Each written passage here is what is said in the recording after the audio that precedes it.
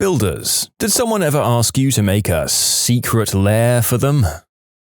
I used to do some construction work on schools during the summer. The principal wanted, in his closet, a door to slide up where he could keep a safe for special school records and a mini fridge. Although it wasn't very big or even that cool, it was the coolest work I was ever involved with in that summer. Plus, who wouldn't want a mini fridge hidden in their wall? Electrician here. I've done a few. The coolest was a secret passageway and attached room in a very nice house. It was hidden by a movable bookshelf on both ends. The guy said he didn't have a specific reason for building it, he just always thought it would be cool to have a secret passageway in the house. The other one that stands out was an underground survival bunker accessed through a hidden door in the back of a garage. It had an additional exit by means of an underground tunnel that led almost 100 feet to the bordering forest. The strangest thing about it was that it was a survival bunker that he had us wire with outlets and lights, despite there not being any kind of backup or off-the-grid power. Makes me think that he actually had an alternative purpose for his shelter. Step 1. Build this hidden bunker. Step 2. Sell the house without telling the buyers. Step 3. Live in the bunker, stealing their electricity and small amounts of cash and food. I built a Narnia closet for someone. Their daughter had one request for the new house. She had a built-in armoire, white and modern-looking with nice shelving units on the right side and a bigger opening on the left. However, when you pushed the back of the left closet side, it opened up into an actual closet that was about 5 by 10 feet on the inside and not too shabby at all. It was a pretty fun build, albeit somewhat challenging. Friend of the family works as a custom cabinet maker. Most of his jobs involve him making secret compartments for rich clients. Mainly desks with a secret place that can hide guns, keys, ledgers, and swords. Oddly enough, a lot of people request that. But also stuff in bookshelves, picture frames, among others. He also gets your typical movable bookshelves. Never built one, but I did find one in a house that I was doing some plumbing work in once. This was an expensive condo, and they had a secret office that had a one-way secret mirror looking into the guest shower. Creepy as hell, man. Oh, come on, people. The narrator came here for escapism and to see what other grown-up children with adult incomes built, not for a reminder of how weird and creepy the actual real adults are. Yes, we worked on what was supposedly going to be a hidden, secret walk-in safe in the basement. This room was heavily reinforced. Normally, walls around doors are framed using wood. This door frame was solid reinforced concrete. The room was a square attached to the outside of the basement, so all 4 walls were concrete.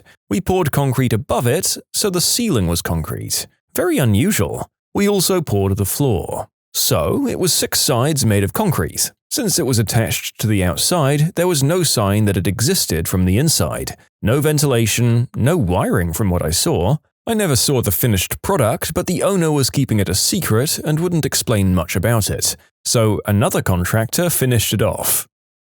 Carpenter. I built a grow room for a guy's medical Mary J in Vermont. An alarm was wired directly to the state police barracks in the event of a burglary. Oh man, yep, all the time. People that can afford it pay a lot for panic rooms and hidden armories. Swinging bookcases, doors and wall paneling, you name it. People with that much money usually have something to protect. I had a secret passageway in an old house of mine. From the upstairs bedroom, there was an attic walkway that wraps around the house and has a ladder to a closet in the kitchen. This was done so you can easily fix any of the pipes. But it could also be used as a secret passageway. Definitely used it as a kid to sneak out of the house. But screw that passageway. That thing was always filled with crazy insects. There's a war there that no one ever sees. My parents' house has a, quote, secret room that's behind a bookshelf in their master bedroom.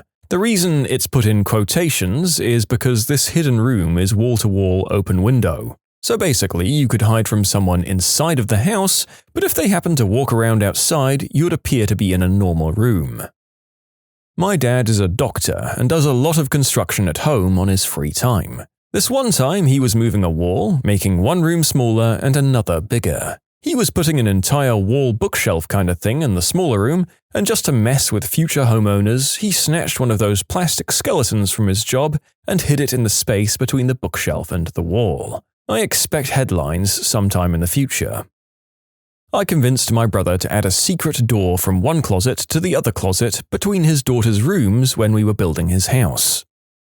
I don't know if this fits the criteria, but I know a guy who had no use for a room, so he removed the door and put a fourth wall up. I dare someone to explain this so it doesn't sound like a dumb idea. I think land taxes based on the number of usable or accessible bathrooms in a dwelling?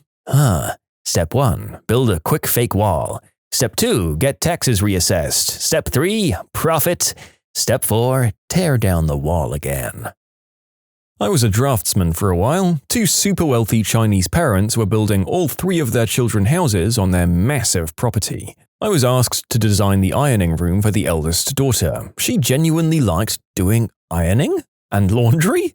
I ended up designing this massive room with bay windows overlooking the lake and with all sorts of storage compartments and a variety of ironing stations. She loved it, and I got a healthy bonus. I'm still confused to this day. I just moved into a house that was built in the 70s. The previous owners custom built it, and the architect was the man's old frat buddy. Custom stuff everywhere, with a trash chute straight from the kitchen into the garage wheelie bin. When we first looked at the house, we really loved it, but there was no office space that my husband could use for his music stuff. It was the only disappointing thing about the house, but since everything else was so perfect, we went ahead and put in the offer. When we were doing another walkthrough with our parents, we showed them the walk-up attic, which is pretty cool too. When I turned around to leave, I noticed a wall of insulation that looked different. If you push the insulation to one side, a doorknob appears, and behind it is the secret office. Coolest house ever.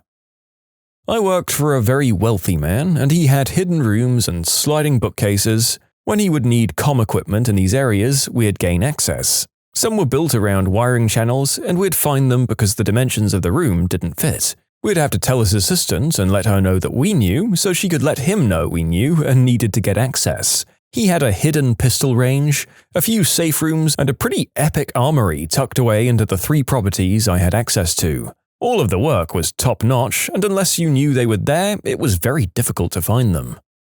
Not a construction worker, but in my old house, one of the bedrooms had a small opening to the crawl space that was made to look like a large mouse hole. I was a custom interior carpenter, and I did 2. One was a bookcase that opened up into a large storage area. The other was a hidden room behind their wine cellar. We installed a custom wine rack on a piano hinge with a latch in the space behind one of the bottles. In the room, they installed a safe and weapon safe. All the electronics for the house lived down there, as well as a panel that opened up into the main living room, in case you wanted to fire at an intruder from the safe room. Booze, weapons, and safety all in one place. I guess what I'm saying is that I know where I'm going when the zombies come. What are these people's lives that they're preparing for this sort of thing? If you have a certain level of wealth, are home invasions just guaranteed or something? Or is it just rich person paranoia? Probably rich person paranoia. My wife and I had a secret soundproof dungeon-type room built adjacent to our bedroom. The reason for the room is that we have various devices in there that are impractical to disassemble and put away when we have friends over, or the day we have kids and still want to enjoy our fun discreetly. We had some devices installed when we built the room, such as a large metal cage and other restraining devices. The people who built the room probably asked us 100 times if we were sure we didn't plan to abduct people. The architect nearly dropped the project when I jokingly asked him to make sure there'd be an electric outlet to plug a chainsaw in. I currently live in an ex-grow-op house, and I'm wondering what some signs of hidden rooms would be. The substance-dealing dude that lived here before was a shifty man, and there could be a hidden room in here somewhere.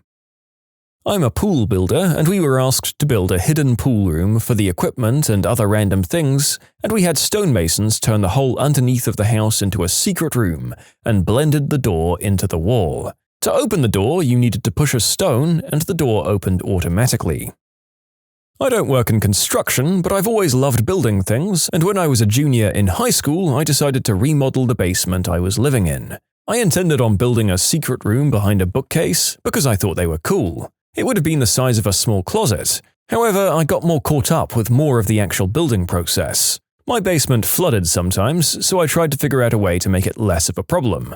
I decided to elevate the floor slightly by laying a bunch of treated planks across to raise the floor an inch. That took more time than I thought, so by the time I got to my secret room, I blocked the area off but never made the entrance. A few years later, we got some professionals to redo the basement, and they told me they were impressed by my solution for the floors, but didn't say a word when they noticed I'd blocked off an area that could have easily been used. Well, the issue with this question is that the best secret room builders were killed by their employers. I was interning with an advertising agency while at uni, and we went to an audio engineer's place, and in his room was a big piece of circular glass with a few dough lights on behind it. Against the wall was some wines he kept, as the temperature was perfect. Turned out it was the end of a huge tunnel that went far into the Adelaide Hills, as in underground into the hill. It was pretty mind-blowing, I thought. Firefighters have long warned that secret rooms are actually real hazards in emergencies. There was a massive fire in Edinburgh's Old Town a decade or so ago. The buildings were several hundred years old and contained old vaults, rooms, and corridors that had long been forgotten. It allowed the fire to quickly become an inferno. You can submit your own stories to be featured here on the channel. The story submission link is in the description below. And if you want to listen to some vibey music in the background, check out easymode, also linked below, and subscribe. My house has 2 secret rooms, and there are photos of it in construction, almost finished. It's off to the side of my movie room behind one of 2 black velvet curtains. The main secret room is a huge 20-foot by 9-foot thing, large enough for 5 or more people to escape tornadoes. Ceilings and walls are about 18-inch thick concrete. Also, the ceiling has a steel roof with 10 inches of concrete poured on top of it. All wired, vent and return, internet wired too. Nothing wireless works in the room. We sometimes call it the black hole because the bars on your phone just disappear when you enter. The room is finished now and decorated like the rest of the house. It gives it a less creepy vibe. I once built a whole level of a room that was half the size of the others. It was a half room. I don't know why they wanted a half room, but it wasn't accessible with stairs, and the only way to get there was by stopping the elevator. In the 1970s, a group of Edinburgh students living in a flat in Niddry Street in the city's old town knocked on a wall and heard a hollow sound. Curious and probably drunk, they knocked a hole through it where they exposed an old labyrinth of corridors and rooms underneath North Bridge, nearly half a mile in length. People had lived and died in these rooms underneath the city's bridge. There had been bars and brothels and doss houses for the poor. People in the Victorian times had closed it off, and subsequent generations had forgotten where the entrances were. I've always wanted a secret room that was accessible from underneath a wall next to a swimming pool. So you have your swimming pool, and on one side of it is seemingly a wall that goes right to the edge. If you live in the pool, you can swim through a small hole that's near the bottom of it, leading to the secret room. The secret room only has a very small bit of pool that you emerge from, and there are no other entrances or exits, nor windows. Kind of not a secret. In my old flat, I had a room that was locked with a big Yale lock. Whenever we'd have people around, they'd always want to know what was in there, but I never let on. It was my hobby room, so to speak. I used to fix up vintage guitar amps in there, and the lock was there simply because I couldn't trust my drunk friends not to go in there and mess with my stuff. Amps have lethal voltages even when they haven't been used in a while. But I liked the mystique and intrigue whenever people were around. The women were the worst, and their hypotheses were always centered around a secret, dodgy, alternative bedroom life. I attended a private boarding school when I was younger. The school itself was more than 200 years old, and the castle it was built around was much older. Upon exploring, me and a few other friends found an entrance to a system of tunnels that ran beneath the school. The tunnels were used as maintenance tunnels for the old heating system that was once run from a gas boiler system. Originally, we thought that was why they were built. We began trying to map out the tunnels and used to spend hours underneath the school during study time and night, roaming around with measuring tape, drawing it to scale. We never completed the map due to the system's enormity. As we got further and further into the tunnels, we learned that these were much older than just the gas boiler. A new cement tunnel network seemed to extend about 1 kilometer in radius. Past 1 kilometer, the tunnels got older and more dangerous. We found they extended all the way out to a pavilion in our school. These passages were also in cement but were clearly much older. Most of my time as a 14-year-old was spent roaming around them. It gave us passages into locked rooms, the castle's banned grounds, to the forest. We decorated a lot of the walls down there in shoe polish and stolen art paints. We'd even smoked down there a mere few feet below the headmaster's office. Yeah, this billionaire wanted me to install some sort of cave for his bats. I built a dishwasher look-alike that was actually an adult toy compartment. Who am I kidding? I had a dishwasher full of naughty things. I can imagine that this particular disguise may have caused comment for at least one dinner party. Oh, here, let me help you tidy up. No, it's no problem, honestly. Oh my god! Glorious! Goes to show you should never use the dishwasher that's inexplicably in the bedroom. Well, all I'm going to say is that it looks like all of these rooms aren't secrets anymore. My childhood home was built sideways on a hill with a garage lowered about 5 feet from the rest of the house on the downhill side. We had a huge living room that came right up against the edge of the garage, the wall of which formed a low 3-foot wall, above which we had bay windows and a set of steps leading to a deck over the roof of the garage. When I was about 14 or so, I was visiting a friend's house across the street and saw a picture of his grandparents on the wall. It was taken in their front yard in front of their mini gazebo, facing up the street, and off to the side I could see my house. Except, not quite. There was no balcony deck, no huge windows overlooking the street from the living room, and a 2-car garage with a peaked roof abutting the living room. But we only had a 1-car garage. The other half of the garage had somehow disappeared into the rest of the house. I grabbed my friend and we ran back to the house. Right next to the 1-car garage was a brick retaining wall, faced by the stairs up to our front door. That brick wall was where the second garage had been. But clearly, there was no room.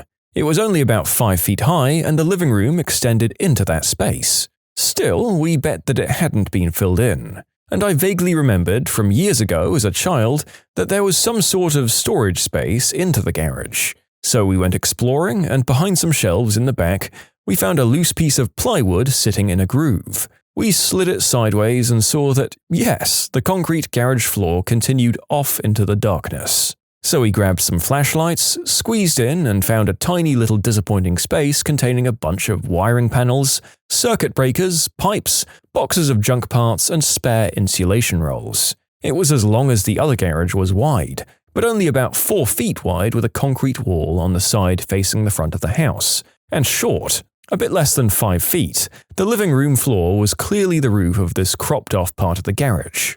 Our initial hopes of turning it into a fort of some kind were hopeless. It was barely wide enough to sit side by side. We were about to leave, but panning my flashlight over the junk again, I spotted, at the far end of the wall, a door jamb. I scanned the flashlight up to the roof and saw that it led right up to the roof and living room floor, where it had been roughly cut off. So we started moving boxes. Inside the door jamb was a plywood plug held in place by slide bolts. Now, we knew we'd hit the goldmine. We shoved and stacked and pushed the boxes all of the way until we could finally get over and remove the plug. We pulled it out, pushed it to the side, and ducking down, walked into a fully furnished room. Fully, that is, except 5 feet up from the floor, where the walls had been chainsawed off and a roof and floor put in. The remodeling had obviously been done over and around an existing room. There was spilled concrete at the edges of the carpet next to the concrete wall, and some sawdust, but otherwise it was clean and neat. There were even electrical outlets on the 3 finished walls. I snuck out to my room and brought back a lamp.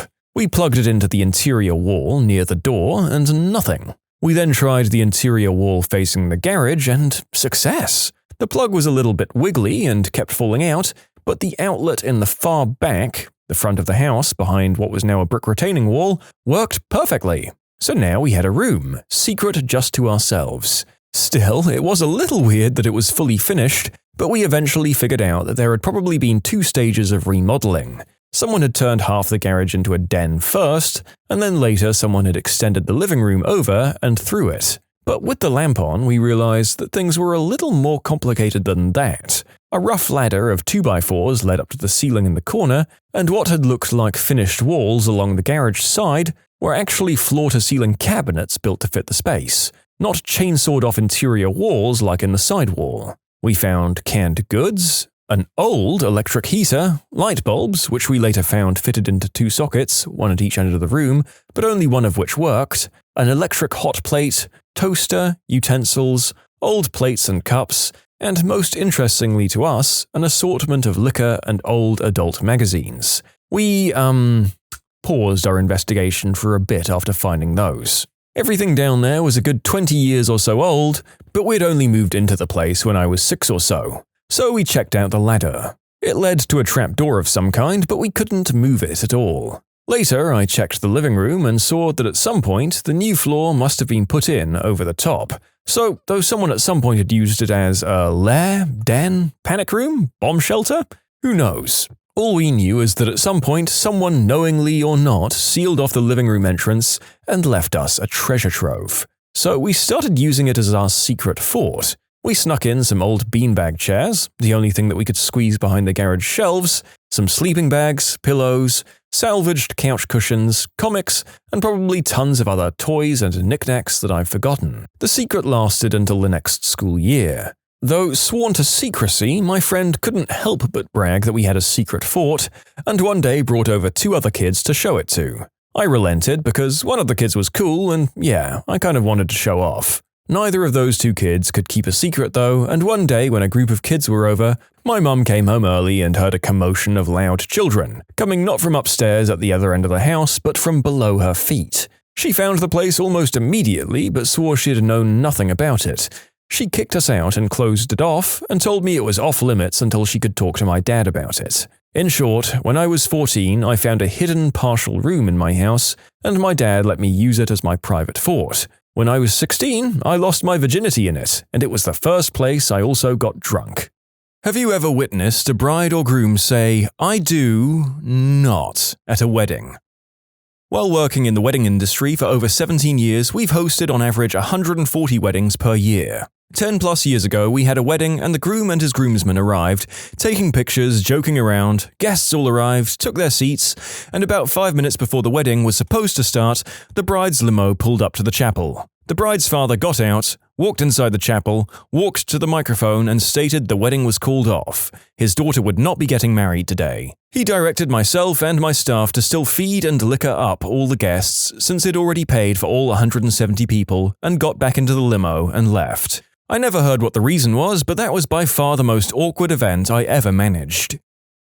It was a joke, but he was too nervous and it didn't really work. Everyone that heard him called him a jackass that ruined his own wedding. I was humiliated for him. I was in attendance where the pastor says, "Repeat after me, for better or for worse," and the groom said, "For better and for better." Everyone chuckled, but there was a hint of honesty there. They divorced after 9 months.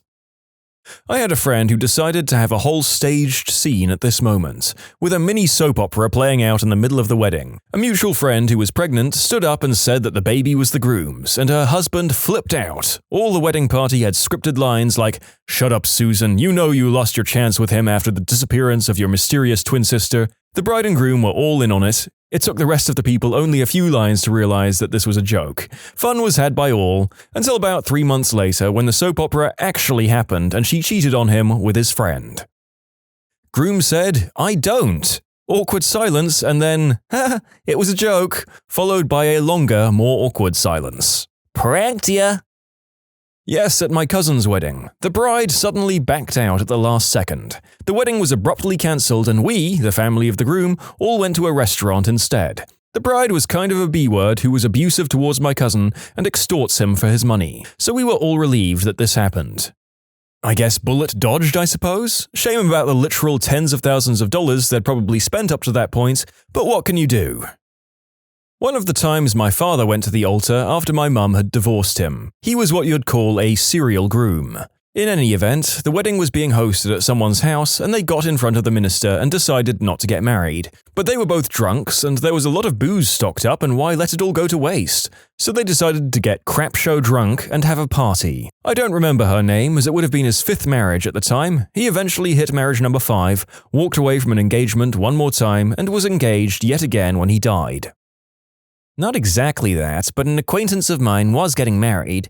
A few days before the wedding, they realized they weren't going to make it as a couple. However, because everything was paid for, they agreed to go through with it. Apparently, they fooled people quite well, as a friend who was invited told me that they looked so in love, but I knew it was just an act. A few months later, they quietly went their separate ways. So I'm guessing they never signed anything to make the marriage official, they just had a party. That's a safe bet. Getting married takes paperwork, so if you just don't submit it, you're off the hook. My cousin did this, actually unbeknownst to his then-wife. They moved to a different state right after the ceremony and were going to file the paperwork there, and things immediately got kind of rocky. My cousin decided to just not submit the paperwork and didn't tell his wife. He kept trying to make it work. I think he did love her, but knew that she wasn't all in. When the wife finally decided to ask for a divorce about 6 months later, he was like, "Guess what? We don't have to pay." Before anyone goes, "Oh my god, what a prick," yes, my cousin is notoriously a D-bag, but he wasn't trying to screw her over or anything either. She had a lot of mental health problems, and in hindsight, their lives needed to go in different directions.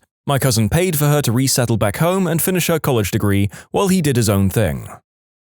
My buddy was so nervous he blurted out, "I do," the first time the priest addressed him. Same thing happened at my cousin's wedding. It got a pretty good laugh from everybody. Bride and groom got embarrassed and red-faced, and the bride continued to giggle from nervousness throughout the entire thing up until the actual I do's and kiss. Just adorable all round. Saw a guy who was too drunk to even say "I do." Amazingly, they went through with it. Split up 6 months later. Turns out he'd cheated on the bride the night before. Stay classy. There's no better way to celebrate the most important day of your relationship than by getting so drunk you don't remember any of it. I was at a wedding where the bride didn't turn up. Was horribly awkward whilst the groom just refused to agree that she wasn't coming. We all sat there for over an hour waiting. We were taken through for drinks, and the groom and main members of the wedding party disappeared. Apologies were made by the staff, dinner was served for anyone who'd stuck around, and then we all went home. Bride had freaked out. Apparently she did still want to get married, but the groom refused to go through it all again. They're still together though. Yeah, the pastor got the bride's name wrong. The groom was like, "I do not." All was well though, everyone got a pretty good laugh out of it. Highlight of the entire ceremony.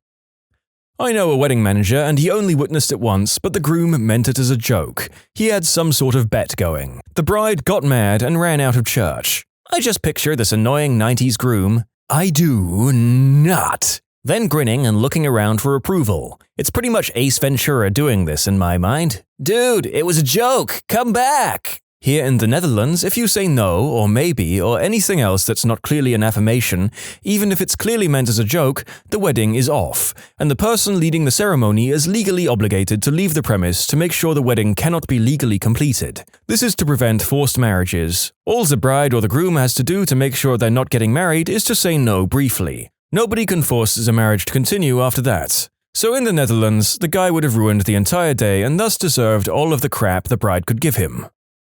I was at a wedding officiated by an ancient Catholic priest. He muddled his way through the ceremony but seemed to fall into the regular Sunday Mass rhythm, forgetting that this was a wedding. Eventually he started to say the "Our Father" in one of the last parts of the ceremony. The congregation, following along on our ceremony booklets, realizes something is wrong and start to rustle uncomfortably. Eventually, the best man went up to the priest and whispered in his ear. The priest was startled and muttered, "Oh, I forgot about that part." He then went on to ask the bride and groom if they actually wanted to get married. They both said, "I do." Next, he forgot the "You may kiss the bride" line, so we all waited uncomfortably again until my friend shouted, "Kiss!" They kissed, we clapped, and they all lived happily ever after. In conclusion, old priest forgets to ask bride and groom if they wanted to get married. They did. Not exactly. The couple was so emotional that they just couldn't answer. They're the sweetest of people who were burned so badly in previous marriages that when things finally went right for them, they both broke down a little. The priest made a little joke about love, let them calm down, and started that part of the ceremony all over again. I know it's not exactly "I do not," but when my parents got married and the priest said, "You may now kiss the bride," my dad said, "Do I have to?" At my wedding, when the pastor was done talking, he was like, Steve, you can go ahead. Give her a kiss." It sounded freaking stupid, and I felt robbed that I didn't get the usual "You may kiss the bride" line. One of my friends is so uncomfortable with public affection that she and her husband high-fived instead of kissing. My aunt was with an abusive butthole and decided not to go through on the day of, and didn't show up. My grandfather went up and stood on the stage and said something along the lines of, "There won't be a wedding tonight, but stay for dinner and drinks on me." Maybe that contributed to a 100% more jovial atmosphere at the reception, if the woman was that unpleasant to be around. Hope the groom was okay, though.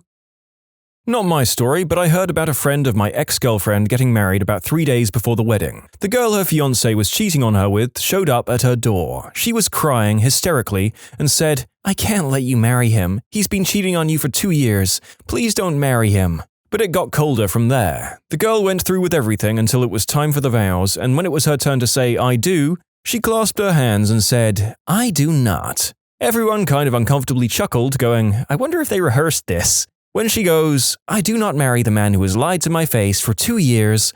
I do not marry the man who crept out of my bedroom when I was asleep to the neighbor's apartment to crawl into bed with her. I do not marry the man who stands here with me, humiliating me, my friends, and my family on what was supposed to be my special day. I do not, in the eyes of the church, forgive this man nor take him to be mine." It seemed like the story was going to come to a head, but apparently she just walked away crying and none of the guests knew what to make of it all. Apparently there was tremendous confusion. As a wedding DJ, something like this is a personal nightmare of mine. I frequently play music for the ceremony and processional, and I would have no idea what to play after a scene like this. Maybe just some light jazz while everyone gathers their wits.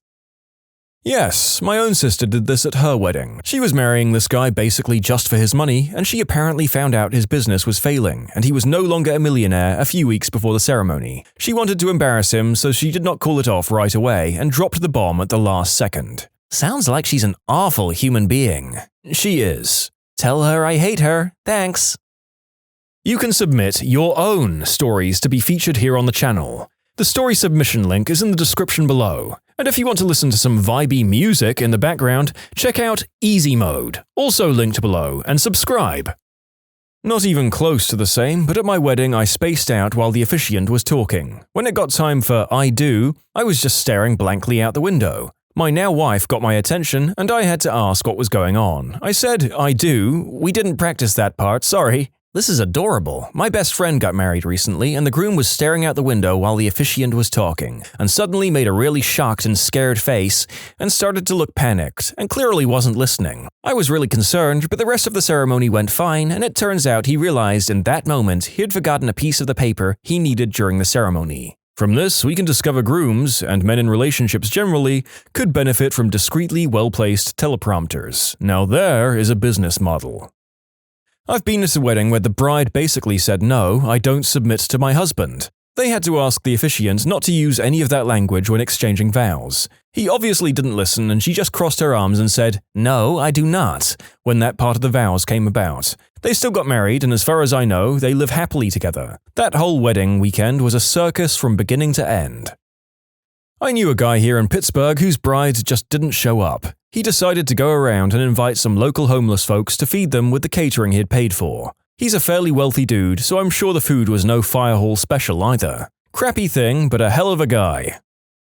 Never, but my sister did mess up her lines. She got so nervous it took 10 minutes. The do comes after I. The confusion is understandable. Pretty close. My ex-father-in-law, a retired judge, was officiant at a friend's wedding. They wrote their own vows and didn't run them by him beforehand, but I can't remember exactly how they went. It was something like, "With me, you will never be alone. Together, you need not fear sickness or loss. I won't ever leave your side." When they were done, he said, "I'm sorry, I can't accept those vows. Legally speaking, I need a clear and affirmative statement of consent from both of you. And you phrased everything as a negative. Do you want to be married? Please answer in a clear, articulated statement of affirmative consent." They both said, "I do," and had a little laugh, and that was that. They were married. Not me, but an old high school friend who was cheating before her wedding was getting married and lightning hit the steeple right after they said their vows. Falling rock damaged some cars parked on the street next to the church. They lasted about a year. I kept a piece of the steeple for a long time and then tossed it a few years later when I realized it was probably bad luck. I want to believe the piece of steeple had a purpose. It washed up on a beach somewhere where another troubled couple were honeymooning, became a murder weapon, went on its way to many great home-wrecking adventures, but only the doomed ones. I would binge-watch that series.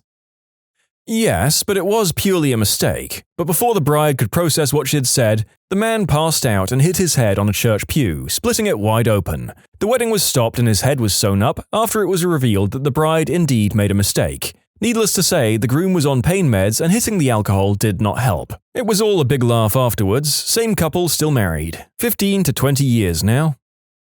When I was getting married, the officiant, clerk at the courthouse, an older gentleman who had been in the business long enough to marry my parents, asked me if I would take my wife to be my wife. After I said I do, he then turned to her and asked, "And do you take John to be your wife?" To which she smiled, not skipping a beat, and said, "I take him to be my husband, yes." There was a pause where the clerk looked at her funny and then he covered his face. "I said wife, didn't I?" There was a nice round of laughter for us and our immediate family and friends, followed by his sincerest apologies. I'm constantly reminded I'm the most handsome wife in the world. This isn't an I do not situation, but at my wedding, my officiant, embarrassingly, confused me by asking questions like, "Will you take care of your wife forever? Will you hold her dear?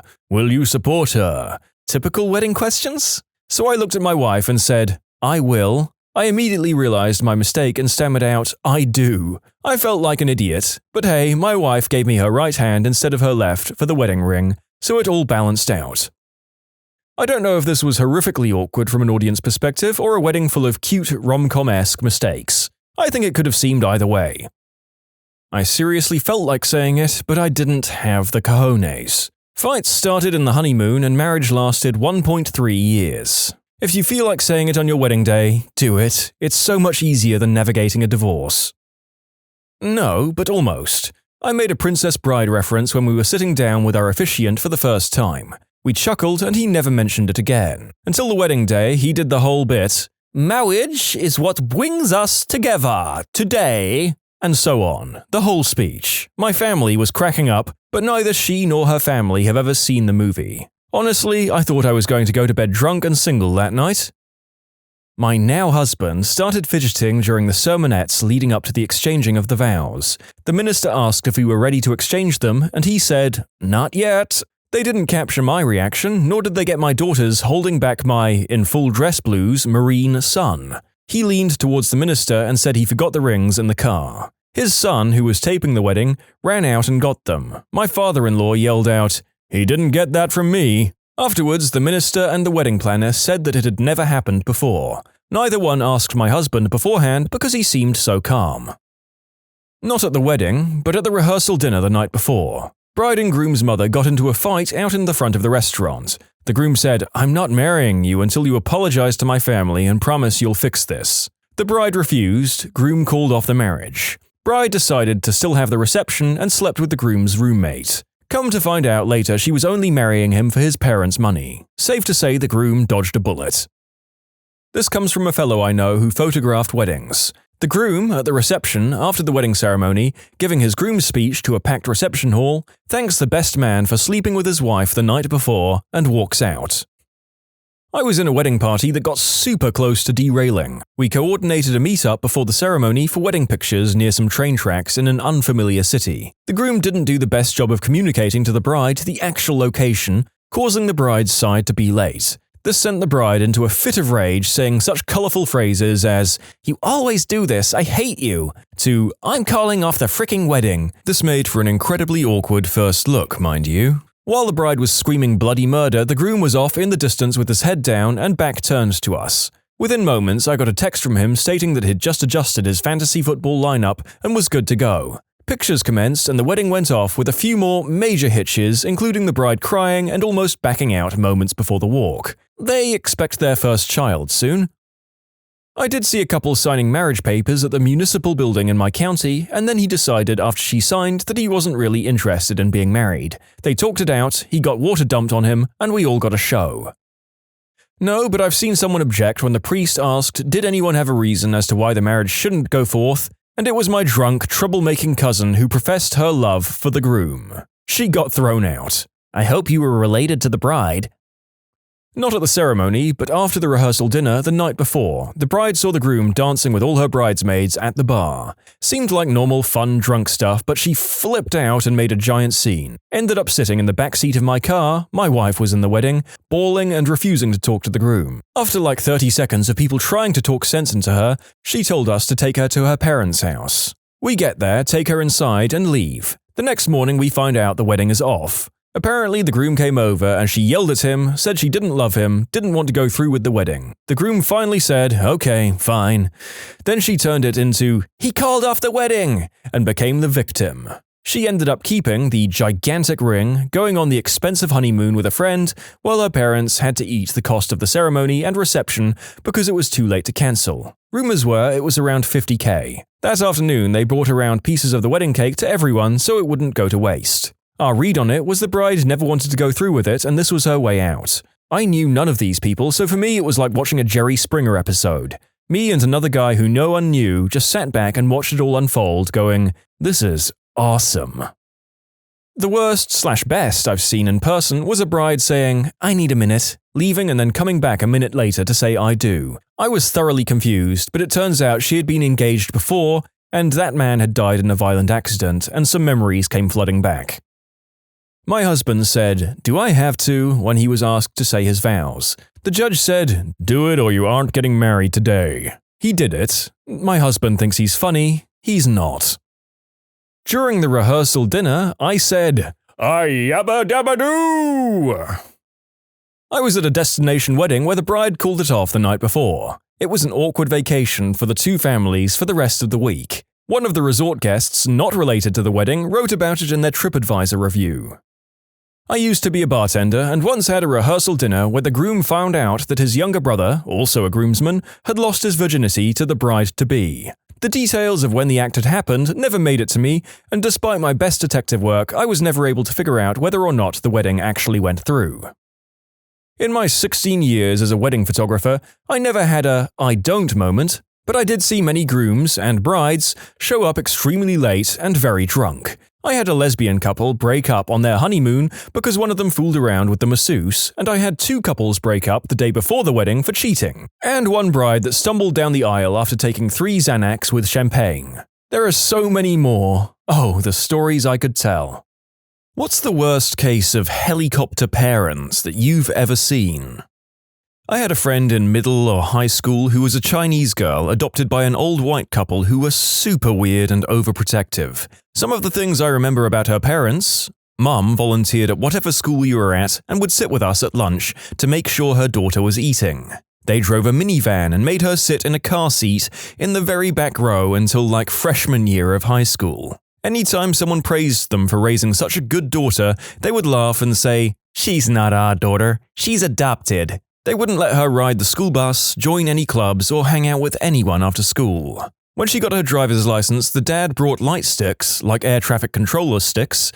Anytime she left the house, he would stand in the street with his light sticks and blocked traffic so that people wouldn't hit her as she backed out of the driveway. It was hilarious to watch, but she was completely mortified. This one broke my heart. My little brother is adopted, and I've lost my crap at people who've tried to say he's not my brother. I can't imagine ever feeling or thinking that way myself. That poor girl. People like that have no place adopting. The light sticks bit is hilarious, though.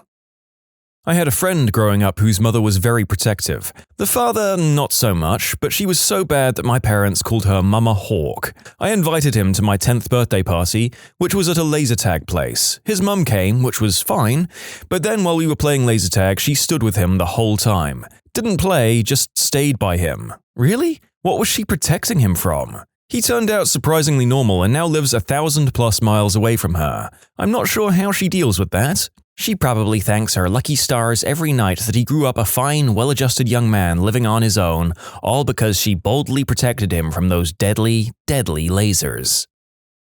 My friend wasn't allowed to use scissors until he was in high school. His parents were insane. You should have seen their reaction when he joined the army. The army? Are you fricking insane? Do you want to live in constant fear? Do you want to have some psycho drill sergeant hovering over you and controlling your every fricking move? No, Mom, that's why I'm leaving home and joining the army.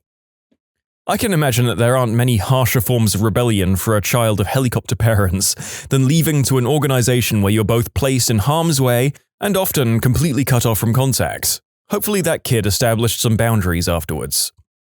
Had a roommate freshman year whose mother called every day and stayed the first whole week of school. Alright. She would also randomly fly up to stay a week or two in the same bed with her daughter, accompanying her to all classes, meals, and social gatherings. The mum was afraid her daughter would not be pre-med anymore and would do anything to make sure she didn't change majors. I think what made this an extreme story was the fact that her mum flew in multiple times in 1 year and called every day all the way from India to the US.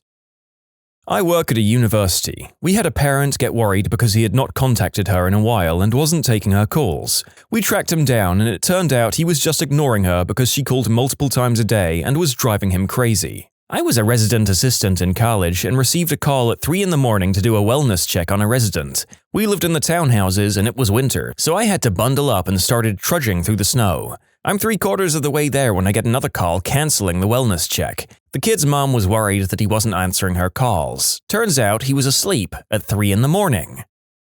I was a charge nurse in a substance and alcohol rehab, and this 19-year-old kid was admitted for smack detox and treatment. His mum wanted to be there for the entire admission process, which isn't out of the ordinary for families. However, after the kid was admitted and shown to his room, his mum wouldn't leave. Detox patients would get assessments every 2 to 4 hours and were asked a series of questions to determine if they would need medication for withdrawal. His mother answered all his questions for him, and at the end of the assessment was like, he'll take 10 milligrams of Valium for his anxiety, all while this kid lay in bed watching TV. In this particular rehab, visitors, cell phones, and laptops were allowed, so we couldn't tell her to leave until visiting hours were over. That time arrives and you guessed it, she's still there. As the charge nurse, I had the honor of asking her to leave. Mum looked at me legitimately confused and replied, "I have to leave? I was going to stay here with my son. There are 2 beds in his room, so I didn't think it was a problem." I then explained to his mum that the second bed needed to be kept open for another potential admission. Then I was yelled at for not providing her son with a private room and that this guy in the admissions department said she could stay throughout her son's detox and treatment. I told her patients weren't allowed to have overnight guests. She was appalled because she thought that because she was the mother that she fit into some kind of loophole or something. After she left, she visited every day and stayed from the beginning of visiting hours to the end. When she wasn't there, her son was on the phone with her. Needless to say, this kid relapsed immediately after he finished treatment. In conclusion, Enabler mother actually wanted to stay in her adult son's room while he was in rehab. Jesus, that poor kid. If that was my mum, I'd use substances too.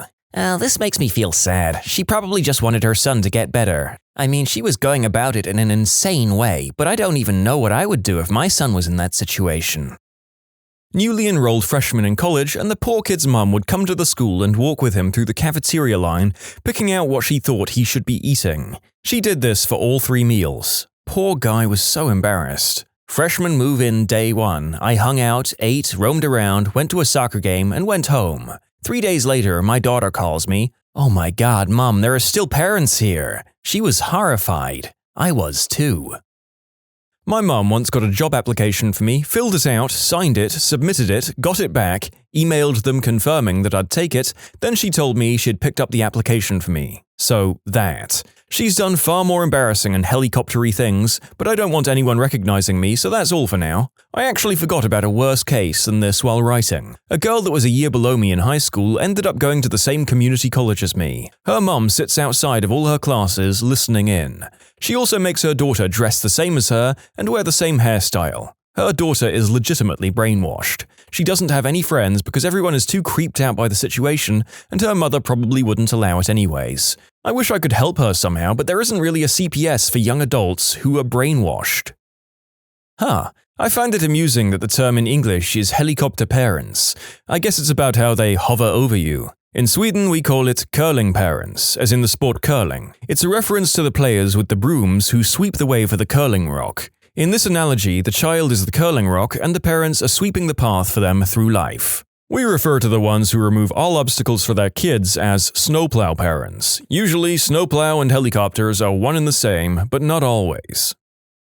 Friends with a girl in elementary school who had parents who wouldn't let her watch PG movies at the age of 12, even with parental guidance. She wasn't allowed to come over to my house because I mentioned my favorite movie at the time to them and it wasn't G-rated. She nearly drowned at the beach a couple of years ago getting caught in a riptide, suffered permanent brain damage from a lack of oxygen. Her parents now have the forever child that they always wanted.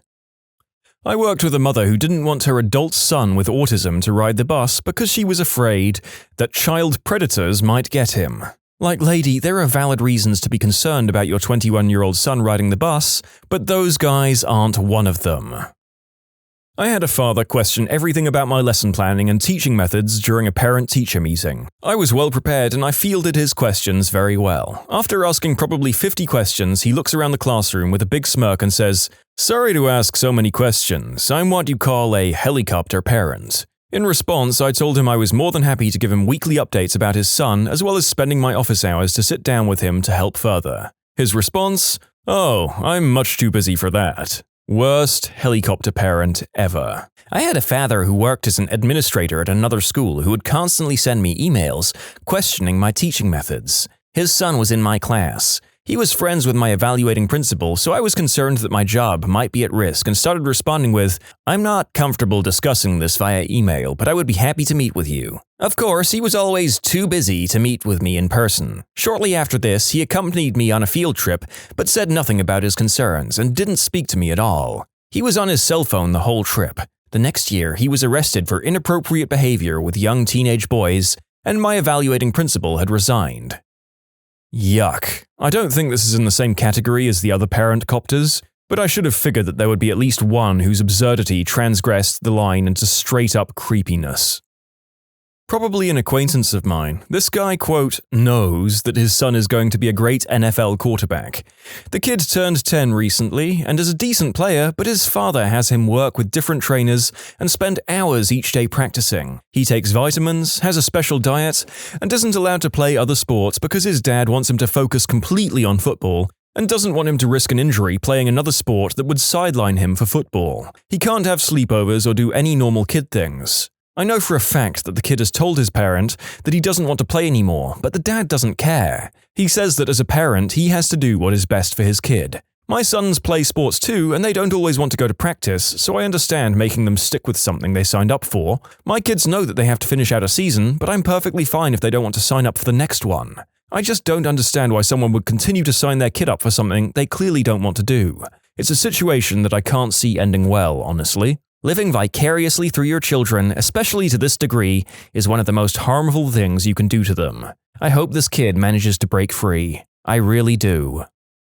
You can submit your own stories to be featured here on the channel. The story submission link is in the description below. And if you want to listen to some vibey music in the background, check out easymode, also linked below, and subscribe. When I was a troop commander in the army, I had a kid who came up hot for white snow in the pea in a cup test, and then a week later was arrested by the local police department task force for being an enforcer in a local civilian military substance ring. They charged him and remanded him back to the army custody, where I immediately started the paperwork to chapter him out and let the civilian justice system take its course. The guy was 23, I think. His mum called me several times to tell me that Chris has never been in any real trouble before and he's such a sweet kid. Anytime anything happened in high school, I helped him work it out. I need to come up and talk with you and get this sorted out. I was dumbfounded. The guy was 23 years old, in the army, and his mum thinks she can come in and work it out with me. I was polite for the first call, but by the second or third phone call, I'd had enough. I told her, again, not to bother coming up to the installation, that her son wasn't a sweet kid, or else he wouldn't have beaten some guy up for not paying money he owed to a local dealer, and that the whole reason he was in this mess in the first place was because his mum had never let him be accountable for his actions. I told her that he was under my authority now, and I had no time or patience for someone who didn't take their obligation to the army, the country, or their buddies seriously enough to keep themselves out of trouble long enough to make our upcoming deployment to Iraq. When she complained that getting a dishonorable discharge would ruin his life, I informed her that fortunately I didn't have the time to waste giving him a dishonorable discharge, so he would be okay on that score. Other than honorable is what he wound up with, but the city of Harker Heights and the state of Texas might have more time than I did, so that was where she ought to focus her effort. She said I was being unfair and called my boss, which was fine by me. It blew my mind that a woman with a fully grown adult son in the army would think it was appropriate or healthy to call and talk to her son's commander about his multiple counts of misconduct and general failure to be an adult.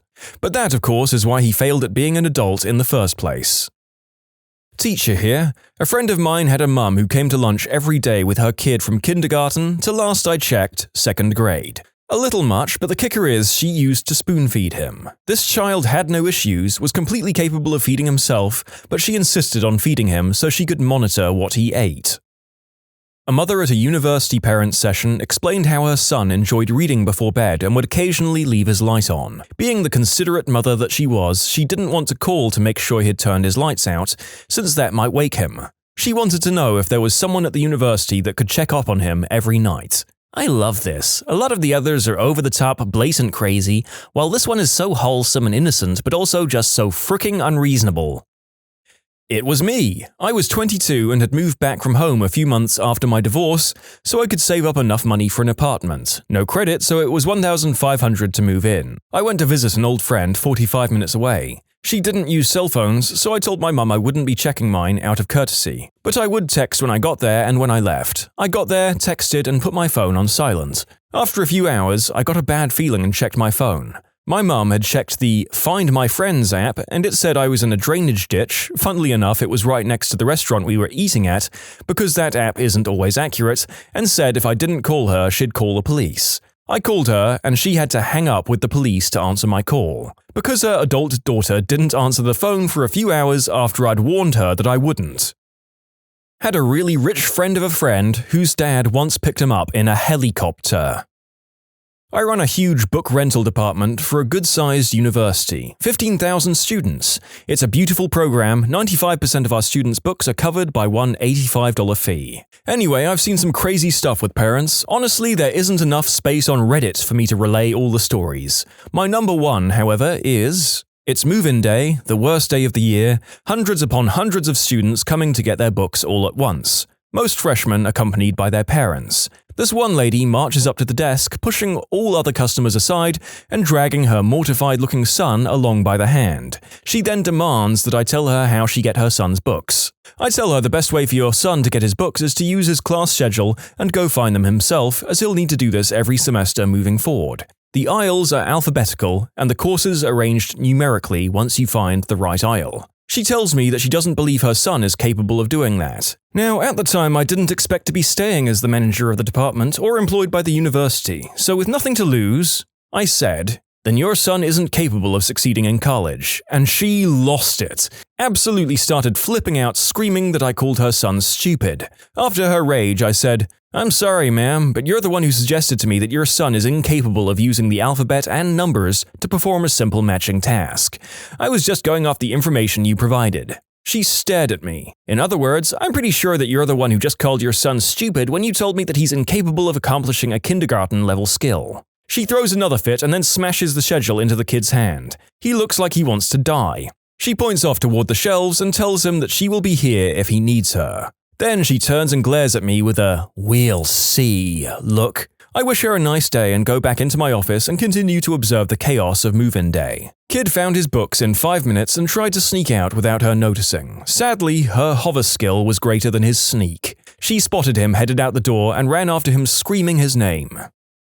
I worked at IT at my college, and the number of mums I got to tee off made my day. I would literally get hundreds of calls on big registration days or the first weeks of classes asking how they log into our system to check their sons' and daughters' grades. I would have to explain, you can't. And when they demanded me to give them their sons' or daughters' passwords so they could get in or reset the password, I would explain FERPA laws to them. Seriously, they just need to let their children learn on their own. If they make a mistake, they can learn from it. Was a TA once. The best is, have you tried talking to your kids in the least snarky tone of voice you can muster? Your child is a legal adult now and has their own privacy. We can't violate it by giving away personal information. Have you tried asking your son or daughter about their grades or assignments?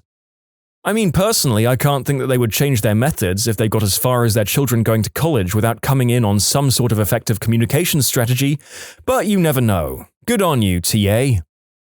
Was in court waiting to see the judge. Another case is going on about this high school senior hitting a kid with his car on campus. His mum goes up with him and the judge started asking questions and the mum answered them. The judge politely told her he'd like to hear from the son and she agreed. The boy started to explain what happened when she immediately cut him off, told him he was telling it wrong.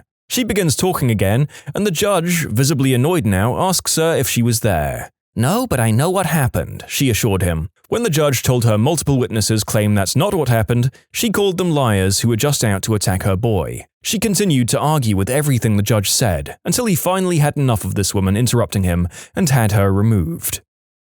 Eventual friend in high school. His mother was there every day, all day. Was a private school, day student. She walked with him to class, rehearsal, music lessons, the fricking bathroom. Took the entire year to get her to stop, he ended up hiding from her. This kid was brilliant. Perfect SAT scores, accomplished musician, amazing actor. We gave him his first soda, gum, etc. Father was an ex-priest who screwed the organist. Mother was an ex-nun. Both were bat crap crazy. We were all so proud when he went to college 800 miles away. Then it went very bad. Originally, the story was that he took his own life, which made no sense. Everything was going his way. Had full scholarship, escaped his parents, and even more amazing, a beautiful girlfriend. He redefined awkward. His mother kept insisting it was murder, that the mafia had killed him, but nobody believed her in the slightest. Fast forward a few years and a few unrelated criminal investigations, and yeah, it was the Russian mob.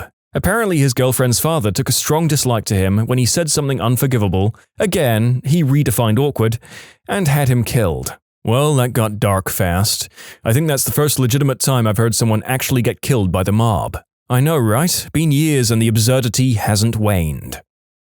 I had a mother start emailing me 10 minutes after her son left a job interview with me, then start calling for 3 days straight along with 5 or so emails a day, talking up her son and how perfect he was, and this job is a perfect fit and she would make sure he'd be there every day. Then she starts with the rules I would have to follow, such as he can't stay more than 5 minutes after 6 because she has to make dinner, and since she'd be driving him to and from every day, he mustn't be late. Then she starts asking if I could direct deposit his checks into her account so she can help him manage his money, etc. All this was going on without an inkling that I would offer him the job. She was just making these demands for him up front because this job would have to work around her schedule. Needless to say, I didn't hire him. He was a good fit too, but not with that baggage. For about a year or so, I took my daughter to an anxiety clinic to help her deal with a phobia she had developed. A certain amount of the therapy involved parents, or whoever had bought the kid, working with the child. The rest of the time, the parents hung out, waiting for their kids to finish the rest of the session, where the kids went elsewhere. One kid, Robert, had general anxiety, more or less. He'd quite clearly gotten it from his mother, who was a bit of a basket case, and would do stuff like staying up all night redoing his homework so it would be done right. That poor kid. I'd arranged to play golf with a few mates when we were all around 18. One guy gets driven to the course by his mum, but rather than just being dropped off, she parked the car and decided to wait with us until it was our turn to tee off the first hole. And then she decides that she had better stay and walk with us for the entire 4+ hours of golf. A guy in the next group sees what's going on and intervenes, saying, "Hey lady, non-players are not permitted on the course, so you'd better just go home and let your son play golf with his buddies in peace." Oh, I bet that went over real well with her. The real MVP. Teachers and professors, what was the most insane paper that you ever had to grade? This was my history class. We'd just spent 2 weeks on World War II, and the kids were supposed to write a summary essay on the major events. This one kid genuinely believed that World War II lasted 2 days. The Germans bombed Pearl Harbor, and the next day America nuked Tokyo. Well, duh. Why else would it be called World War II? Because it lasted 2 days. Wait, so World War III will take up my entire weekend and then some? The Secretary of War? Mr. President, the Germans just bombed Pearl Harbor. President Donald F. Eisenreagan? Nuke Tokyo. But sir, it was Germany. Exactly. They'll never expect it.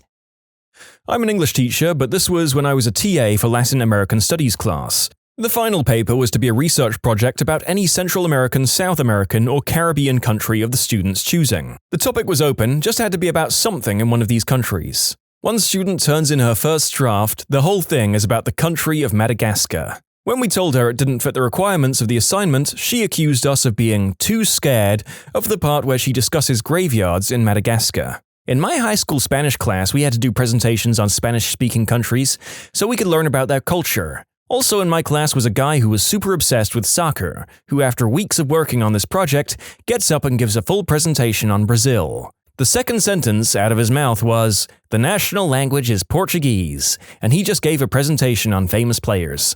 As he goes to sit down, another guy in my class just goes, "Nice presentation on a Spanish-speaking country, man."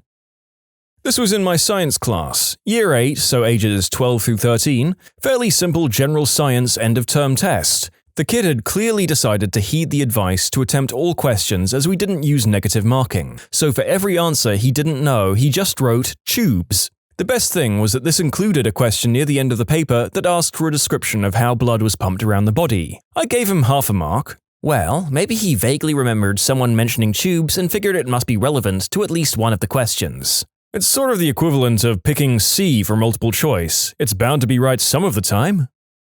If that's an equivalent, it's a very loose one. Taking the same formula that might net you a 33% correct answer rate and instead using one component of God knows how many answers available in the field of science is truly a leap of faith. My parents graded GCSE papers every summer. One year, my mum got an English essay exam on which the kid had written, "I don't understand the question, so I'm going to write you a poem," followed by said poem and an elaborate drawing of a tropical island. He got a D. I teach chemistry, and my kids write one big paper as a write-up after a long lab. Anyway, I had this one student, let's call him Joe, who was a pain in my butt. Constantly late, disrespectful to his classmates and me, often just ditched so he was way behind. Anytime I'd call on him during his class, his answer would be hydrogen. We could be talking about molecular structure, I'd call on Joe to tell me how a transition metal like iron was structurally different from a halogen, and still that's what he'd shout. Fast forward to the end of the year and the long lab write-up. All the kids, including Joe, have done the lab. I give rubrics, clear guidelines on what to expect them to discuss, and a deadline. Deadline comes and they're all submitted through Google Classroom. I start reading, I'd made it through about 10 of them and they're okay. The kids give it a decent shot. Then I get to Joe's essay. He'd literally typed the sentence, "The answer is always hydrogen," hundreds of times. Enough to reach the page-length requirement, and he had done it with the correct headers for each section too. I was impressed with the amount of effort that had been put into screwing his grade away. Most of the kids in that class were sophomores in high school. If I remember correctly, he earned the 5 points for correct formatting, and that was it. So he scored 5 out of 100. Definitely didn't pass that paper. I also allow kids to redo work, and he never took me up on that. This truly is my time. I was a teacher in high school. I taught some lower achieving kids in an English class. They were around 14 to 16 years old. One kid, Paul, was particularly bad. Not through a lack of intelligence, but effort. Paul is also a native English speaker. This is important to remember. Paul did not submit his persuasive essay when it was due, and continued to fail to submit it for another month and a half. I kept reminding him, phoning home, emailing other staff, etc. Paul, who was the only pupil who didn't submit an essay, believed I was picking on him and singling him out. Finally, in what I can only imagine in a fit of sudden inspiration linked to his belief, I received the following unceremoniously submitted 400-word masterpiece. Is teacher bias? Perhap. Yes, he wrote perhap. It was all typed in a funky, bold, jagged font. Here is a brief summary and extract. Is teacher bias? Perhap. In my experience, teacher is very biased towards me for no reason. It went on about what he understood to be the faults in the teaching profession for most of it. However, another particular highlight was where he stated, teachers can be racist, as reports have found. He proceeded to never reference this or go into detail about racism or reports ever again. Paul was also white, just putting that out there. I still freaking have that essay. I once was in an English class with several papers that had to be peer-reviewed. One of my classmates wrote a 15-page paper that was, for the most part, barely comprehensible. But the real kicker was that she directly quoted Santa Claus 2. In a final paper for a college-level senior capstone, a real person quoted the 2002 Tim Allen Christmas comedy Santa Claus 2. We also had to discuss each other's papers in class afterwards. Awkward. I genuinely laughed aloud at this. I have to know, what was the quote? Seeing isn't believing, believing is seeing. Well, it's weird they picked the second one because I'm pretty sure they say that in the first movie too. I had a student who wrote about the right to, quote, bear, spelt B-A-R-E, arms. For some of the paper, he was talking about concealed carry laws and he was for it. Then he started arguing against the Second Amendment. Then he started talking about women wearing short-sleeved shirts. This was a college-level class. I still have photos of this paper, though I've lost the original copy. It's glorious. I read it to all new friends. Geography teacher here. I teach 18-year-olds. I had assigned a scientific paper for about 5 pages long. Topic was chosen from among the chapter on space. Had a student write it on the subject of the moon. Went off on the good start, different theories of how the moon came into existence, then suddenly she switched into astrology. It was so smooth I didn't notice until a full paragraph in. I had to explain to her why she failed. One of my classmates once wrote and presented on this wacky jumble of conspiracy theories about the Illuminati. The paper was bad, but the presentation was awkward as frick. He was doing numerology on the chalkboard to demonstrate that the Pope was actually the Antichrist and that George Bush was one of his minions. It would have been funny, but I'm pretty sure he was schizophrenic. Everyone just got really, really quiet, including the professor. There was this girl who wrote about how the English language was only partially accessible to women. Not like that men had dominated the English language in terms of publishing or less censorship, but as in there are words and phrases that are 100% incomprehensible to women because of genetic differences between men and women. Did she have any explanations for why she thought this? She couldn't because she's a woman. There's actually a communication theory called muted group theory that basically proposes this premise. It suggests that because language was created by men, they have the upper hand in expressing themselves, and women are limited not only in their language, but their view of the world due to the language at their disposal. It also suggests that there are some experiences that are uniquely female that they are unable to express due to having a lack of vocabulary, since language was designed by men. I'm not a huge fan of this theory, and I'm not a critical scholar in the least, but it does exist and some people find merit in it. I was a creative writing English major, and for the most part we had to peer review our classmates' work. We had to provide positive criticisms. Early on, it became apparent that some people were majoring in creative writing because it was an easy A. I remember critiquing some papers, and the only positive thing that I could come up with was, "I like your punctuation?" That made my teacher laugh out loud in class. These quotation marks, how beautiful yet simplistic. They speak of your past, your future, how you live your life. Your entire being clearly went into these exceptional quotation marks. A friend of mine took a creative writing class, and according to him, he had to peer review stories someone wrote about their persona, and also a Sword Art Online fanfic. I don't know if the same student wrote both. Oof, I'm hit by secondhand embarrassment of that. I'd be way too shy or sensible to write about personas in college. It's good to see that my classmates remember me this far along in life. The narrator is joking, by the way. I'd also like to inform you for the next story that I'm going to be saying the word congenital. I need you to mentally remove the con part of the words so that you can both understand the next part and get this past the YouTube censors. I had a student in freshman comp who was in her final research report based off the novel Frankenstein using the thesis, "Congenital manipulation of human beings in laboratories is wrong because God says so." No, that's not a typo, congenital manipulation. Apparently she'd used find and replace because that was the way it was through the whole 8-page paper. She clearly meant genetic manipulation, but every single instance of the phrase genetic manipulation had been replaced with congenital manipulation. After I hauled myself out from under the desk of my office where I'd slid because I was crying with laughter, I really did read the paper. Apart from the crappy thesis, the paper had not had a single decent source, no real arguments, and the organization was chaotic at best. Worst part? I'd had multiple individual conferences throughout the semester with the students to work on thesis statement and developing arguments. She had never bothered to come to a single one and was teed off when I failed her. This one's priceless. I keep a whole file of such beauties from my student papers. And yes, I'm an English professor. Here's a couple. So You Want to Be President is a copulation of little thought about facts concerning the 41 American presidents. Wuthering Heights is a novel written in the Victorian era, but that excretes many of the symptoms of a romantic piece of literature. Children are at such a venerable young age. You can submit your own stories to be featured here on the channel. The story submission link is in the description below. And if you want to listen to some vibey music in the background, check out easymode, also linked below, and subscribe. I was in a master's program for the last 2 years, and I had to peer review a classmate's paper. Holy crap. We were supposed to write a persuasive research essay on an effective way to make college more affordable.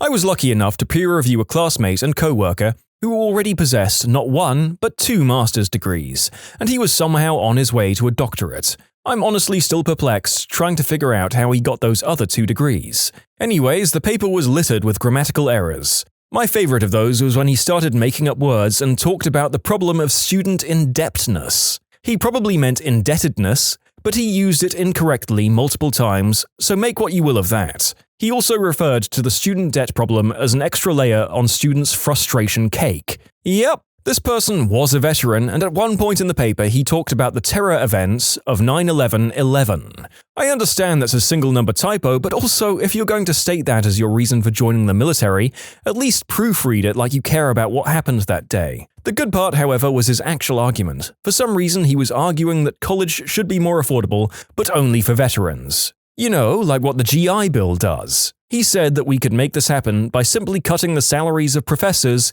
and giving that money back to the students. We're going to save colleges and universities in America by failing to pay our professors, everyone. Just the way he wrote indebtedness tells me how he's already had 2 masters. I worked with a nurse once who was horribly lazy and an all-round bad nurse and a miserable person. We looked her up online to see how she possibly managed to get through nursing school. We found her resume where she repeatedly referred to herself as a register nurse. Then we asked another nurse we knew how she made it through school. They went to the same university. That nurse told us they tried to kick her out over and over, but she had threatened to sue them, like she did everybody at work. So yeah, a college education doesn't necessarily mean anything. Math teacher in our school graded an IB/SL math examination, and out of 90 marks on the test, she was able to award 1 mark. It wasn't for lack of trying either. Whoever wrote the exam tried a solid amount of the exam, except they literally didn't get anything but 1 question right. Current English professor. I can't think of a single worst, but here are some crazy ones in my Hall of Fame. Number 1. When I taught 8th grade, I had to insist that a photo of a koala bear off Google Images would not serve as a proper paper title. 2. Just a sad one. One student really slacked off on a paper with a fully MLA formatted first page, 2 sentences and an "I'm sorry, Mrs. Lancer." 3. The paper wasn't bad, but despite going over APA title pages at length in class, I had a student who turned in their APA paper with a teal and turquoise book-like MS Word cover template that was gaudy and had very little of the required info. 4. I can think of many where the writing was just poor or didn't have proper grammar, but one goof from a recent semester sticks out in terms of errors in writing. The student did a good poetic analysis of the poem "Because I Could Not Stop for Death," cited it correctly as by Emily Dickinson, yet all throughout the paper referred to the poet as Elizabeth Dickerson. Also, in one that doesn't at all count amongst my worst, but maybe one of my most memorable, I assigned a paper with the goal of arguing successfully for both sides, then mediating it as an advancement of lessons in argumentation. Most students chose from a list of very serious and difficult-to-solve problems, but one student requested to do a paper on the "Are hot dogs sandwiches?" debate. It was an impeccable paper that did reach a nice mediation, but it was also incredibly memorable among papers on substance epidemics and immigration questions. I was a chemistry TA, and a lot of the students would include silly details like how much they liked a lab partner in their first report of the year. One student took this to the next level by writing out a log of his whole day before doing the experiment, what he had for breakfast, the bus he took to class, how he was 3 minutes early. Everything. This was at the university level. I once had a student turn in a paper that was a little shy of the length requirement at a first glance, then I started reading it. It was the same several-paragraph original passage repeated over and over, sometimes with slight variations, for the whole length of the paper. Not a teacher, but I peer-reviewed the essay or short story of a classmate of mine in my junior year of high school. We were supposed to write about a historical event from the perspective of someone who was there. For example, I wrote about the perspective of a court stenographer in one of the McCarthy trials. This girl decided to write about the first Olympic Games, but seemed to have a basic lack of understanding of history. Her story, which again was about the first Olympic Games from the perspective of an athlete, involved texting, cars, and was absolutely laden with pop culture references. In addition to this, every I was lowercase, and the whole essay was center justified, because of course it was. I'm not sure if I'm remembering that part correctly, but I swear it was in Comic Sans or something like that. I didn't want to tell her that the entire story was terrible because I'm weak, so I just told her to check her capitals and punctuation and things like that. God, peer-reviewing someone's awful work is the worst. I don't know if it's necessary, but I always feel the need to tiptoe on direct issues like, "Oh, I don't think they actually had all that stuff back in 1896. I just want to tell them, I'm not trying to make any enemies, but your paper makes me want to commit Sudoku. I don't know if that last word was a typo or an intentional joke, but thank you, dear writer. Thank you very much. Now take the A- and get out of my sight. I'm studying to be an English teacher and had to do group peer reviews with classmates. One girl didn't have a thesis, didn't have any clear arguments, and had a 3-page paper that was 2 paragraphs long. The paper was supposed to be a proposal of how to fix an issue in higher education, and I couldn't even figure out what her problem was, and she had no proposal. The best part? After her and her friend went for the peer review, they left, leaving me and another girl to finish alone. When we got to the part to list feedback from our group, we both left clear comments about how our group left us. Not a professor, but I had to peer review a bit for my scientific writing course in my first year of college. It was a level 200 class, so there were a few sophomores and juniors. The way how it worked was that at the beginning of the semester, our professor had assigned us to do groups of 6. During the peer review sessions, she would staple the papers together according to group number and give it to different groups so we wouldn't grade our own group's papers.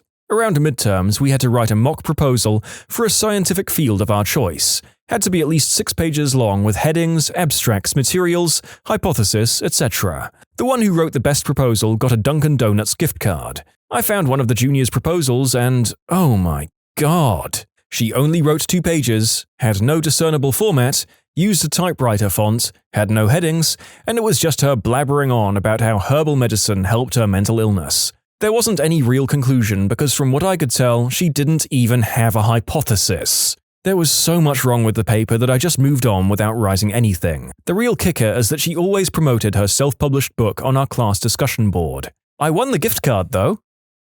I'm not a teacher, but I've read a ton of people's essays trying to help them edit. Holy crap, have I read some stupid papers. Here's a few excerpts from an essay I tried to edit but had to give up on. The essay was supposed to be about how people can be greedy. I don't quite know. Title: The Greedy Money Sharks and Fair Fishers. What's the meaning of greed as a selfish desire for something for power, good, and wealth? ? I told him to define greed. Defining your terms is important and he'd get marked off if he didn't. 1 points me and the guys had a guys' night, which we have a great time just being guys. Unfortunately, on that night there was the guy who was our friend but now he's acquaintance because he activates his middle finger move. This one's just hilarious.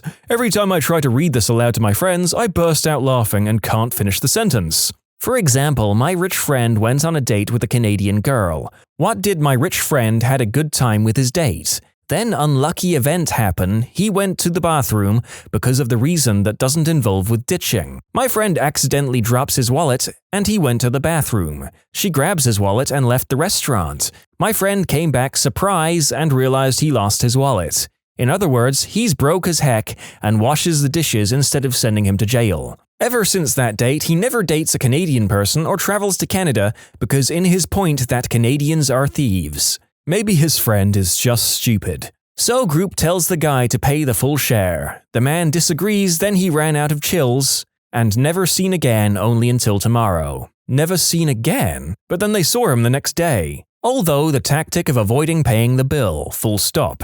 Another way is to enhance their beauty within their appearance. For example, my cosplayer friend, Redacted. A cosplayer is a person who dresses up as the character related to anime, cartoon, or video games. She always looks elegant and beautiful outfit of a character she cosplays as. When she wears her normal clothes, she still looks cute and natural. One night we get our boba drinks from a shop called Redacted. So I and Redacted ordered our drinks. I looked at her, she looks happy in a pretty way, then glanced at me. My cheeks started to get red. So I told her that I would pay for our drinks. I asked her why she has to look cute. She replied, "It's to make guys pay for my stuff and someone who I'd like." I kind of felt angry that she used me, but I was curious about the person who she liked. On the way to Redacted's house, I asked her, "So who do you like?" When we arrived at her house, she turns around and went to me, then pushed her smooth lips to my lips. Redacted steps back and replied, "I love you, baka."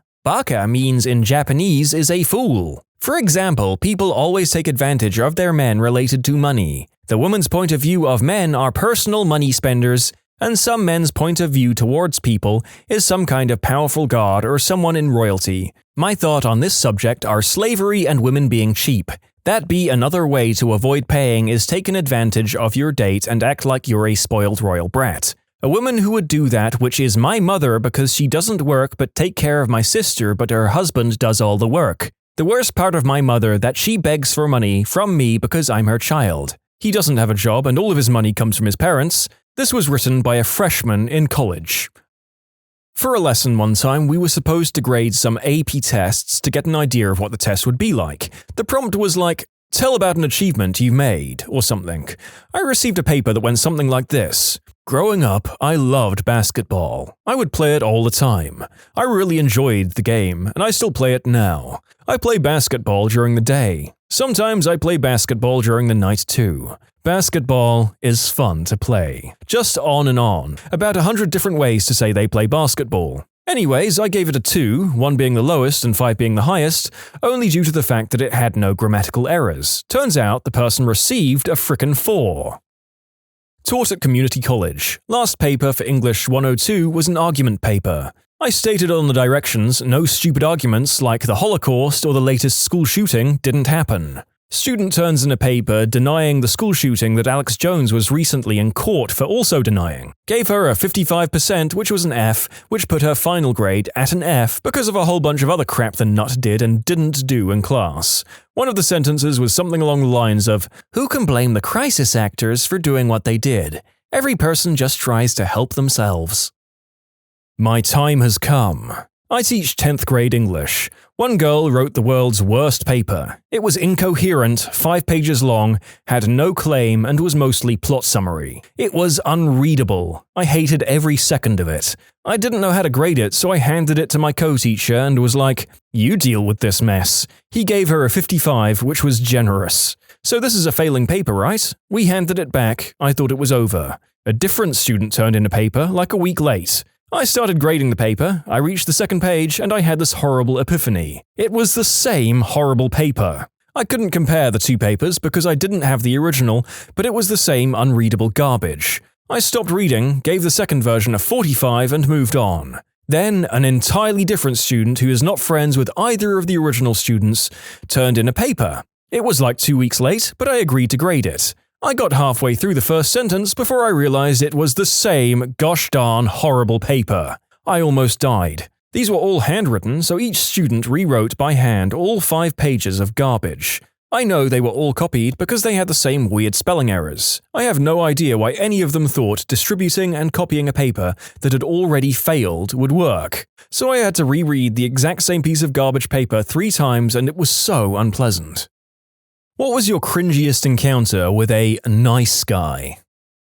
Met a nice guy over OKC a couple of years ago. I gave him my number after we chatted for a bit and talked about possibly meeting. When he suggested we meet at a local elementary school in the middle of the night, I noped the frick out and told him it was nice talking to him, but I didn't really want to meet anymore. He kept trying to convince me by saying he would buy me gifts. He really likes me and thinks we could hit it off.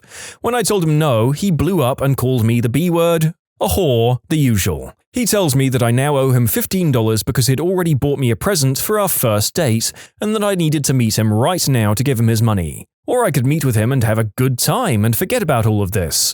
Blocked his number right away and didn't hear from him until the next day when he calls me from a different number.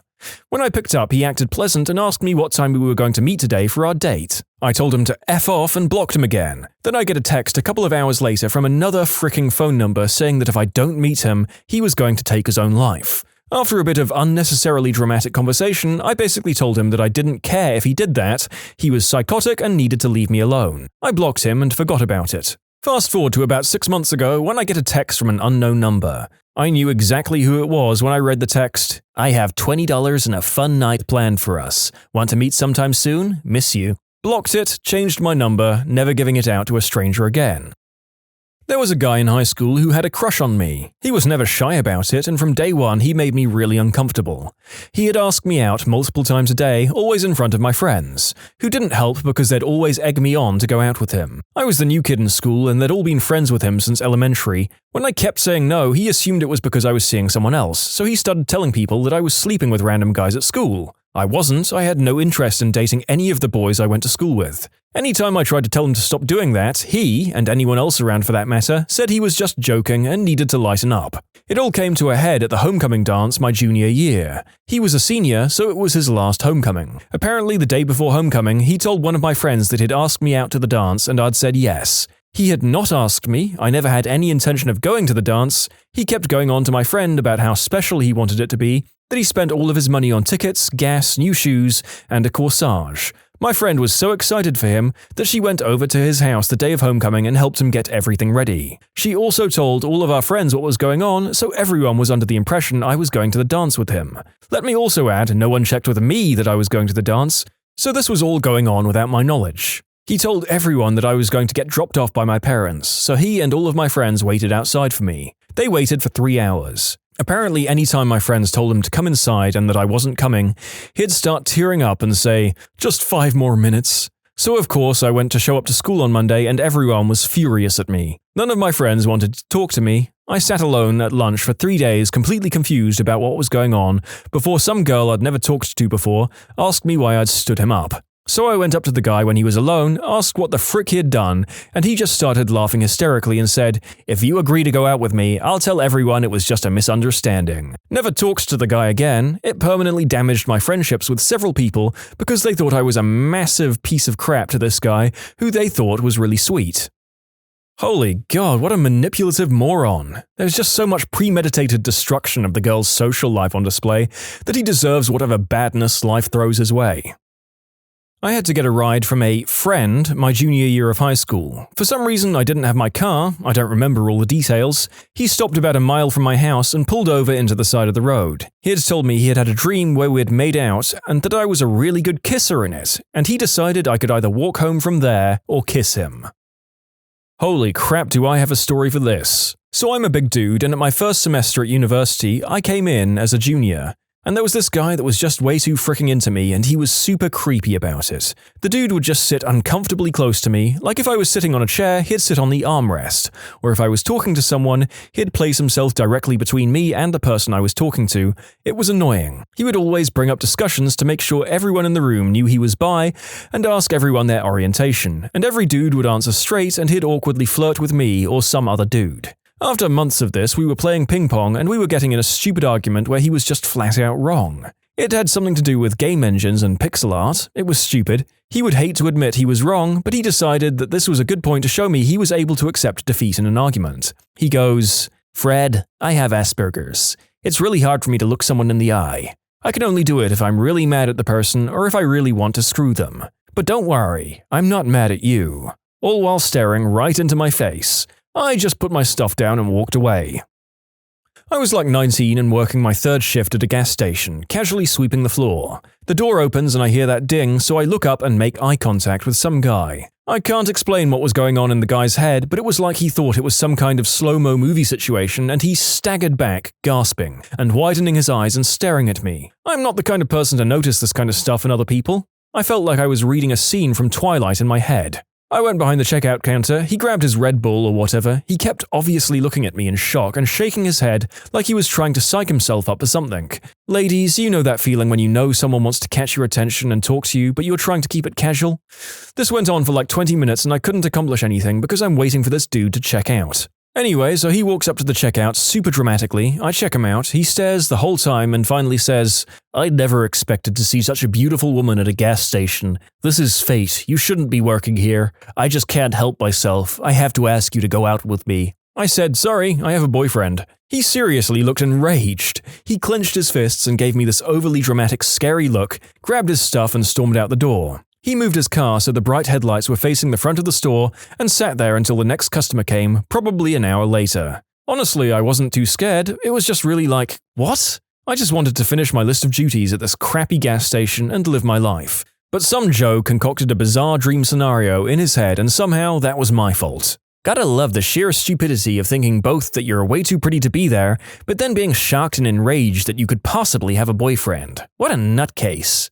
A guy sat down next to me at a coffee shop and asked why I didn't have a boyfriend. That was his opening line, so I told him I did, and he immediately looked appalled, demanding to know where he was, and I was like, "Bro, do I need to wear a sign or something?" Nice guy said he was doing me a favor by trying to stick his hands down my pants because he was the only one that would give me experience, being the size that I was. Joke's on him, I lost 65 pounds after that and turned my life around completely. Had a very difficult, traumatic end to a long-term live-in engagement. He went to jail, I decided to go to Europe to backpack for the summer. Best friend, male, agreed to come along and was very aware that this was a post-breakup getaway to clear my head and have fun. He flew out ahead of me to visit family. I arrived at the airport to see him waiting for me in Europe on bended knee, ring, flowers and all. I was furious and that friendship was destroyed. Vacation was equal parts horrendously awkward and tense and amazing, but ended with him drunkenly ranting about it all in a hostel one night, ultimately becoming inappropriate and then physically aggressive toward me, and a group of strange hostel bunkies helping to quietly pack my stuff while he was finally passed out and get me to the airport and home immediately. I haven't seen him since, about 8 years now. I guess in his mind it was the perfect cliché movie moment to begin our lives together. He had 10 years to speak up, but felt that the very first moment I step on European soil to begin my newfound freedom and let go of it all was the absolute best moment to inform me that he had lied essentially about our platonic friendship for a decade and wanted an immediate transition to being lifelong partners, right then and there. My stomach is churning even now thinking about it, and of course people gathered around and cheered. I believe that's what it was that infuriated me the most. It's humiliating to be put on the spot like that in front of so many strangers, expecting and hoping to witness a fairy tale moment. I had to loudly say something like, "Come on, stand up, you're joking right, brother friend. Quit playing around, let's go celebrate my 7-year-long relationship ending last week, and go party my freedom now. Ha ha ha ha." Of course, I'm the bad girl in that situation, and he's just cliché hopelessly in love best friend, good guy, finishing last as always. Someone even booed me.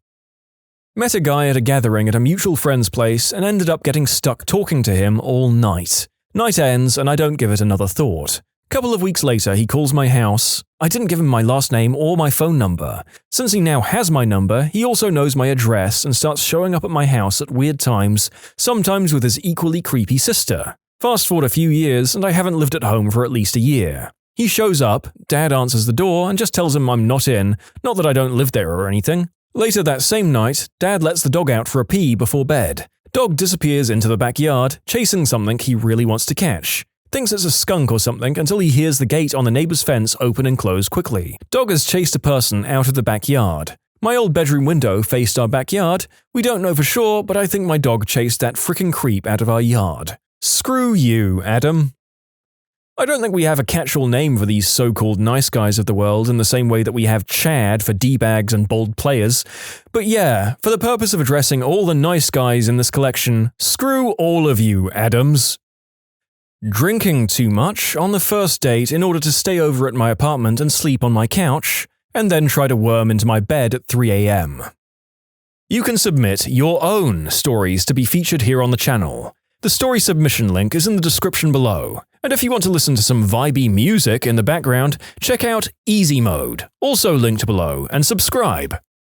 I knew this kid in 9th grade who seemed like a nice enough dude. Let's call him Frank. We became friends over our mutual love of video games, with him seeming to be a lot more invested in the friendship, but like I said, he seemed harmless.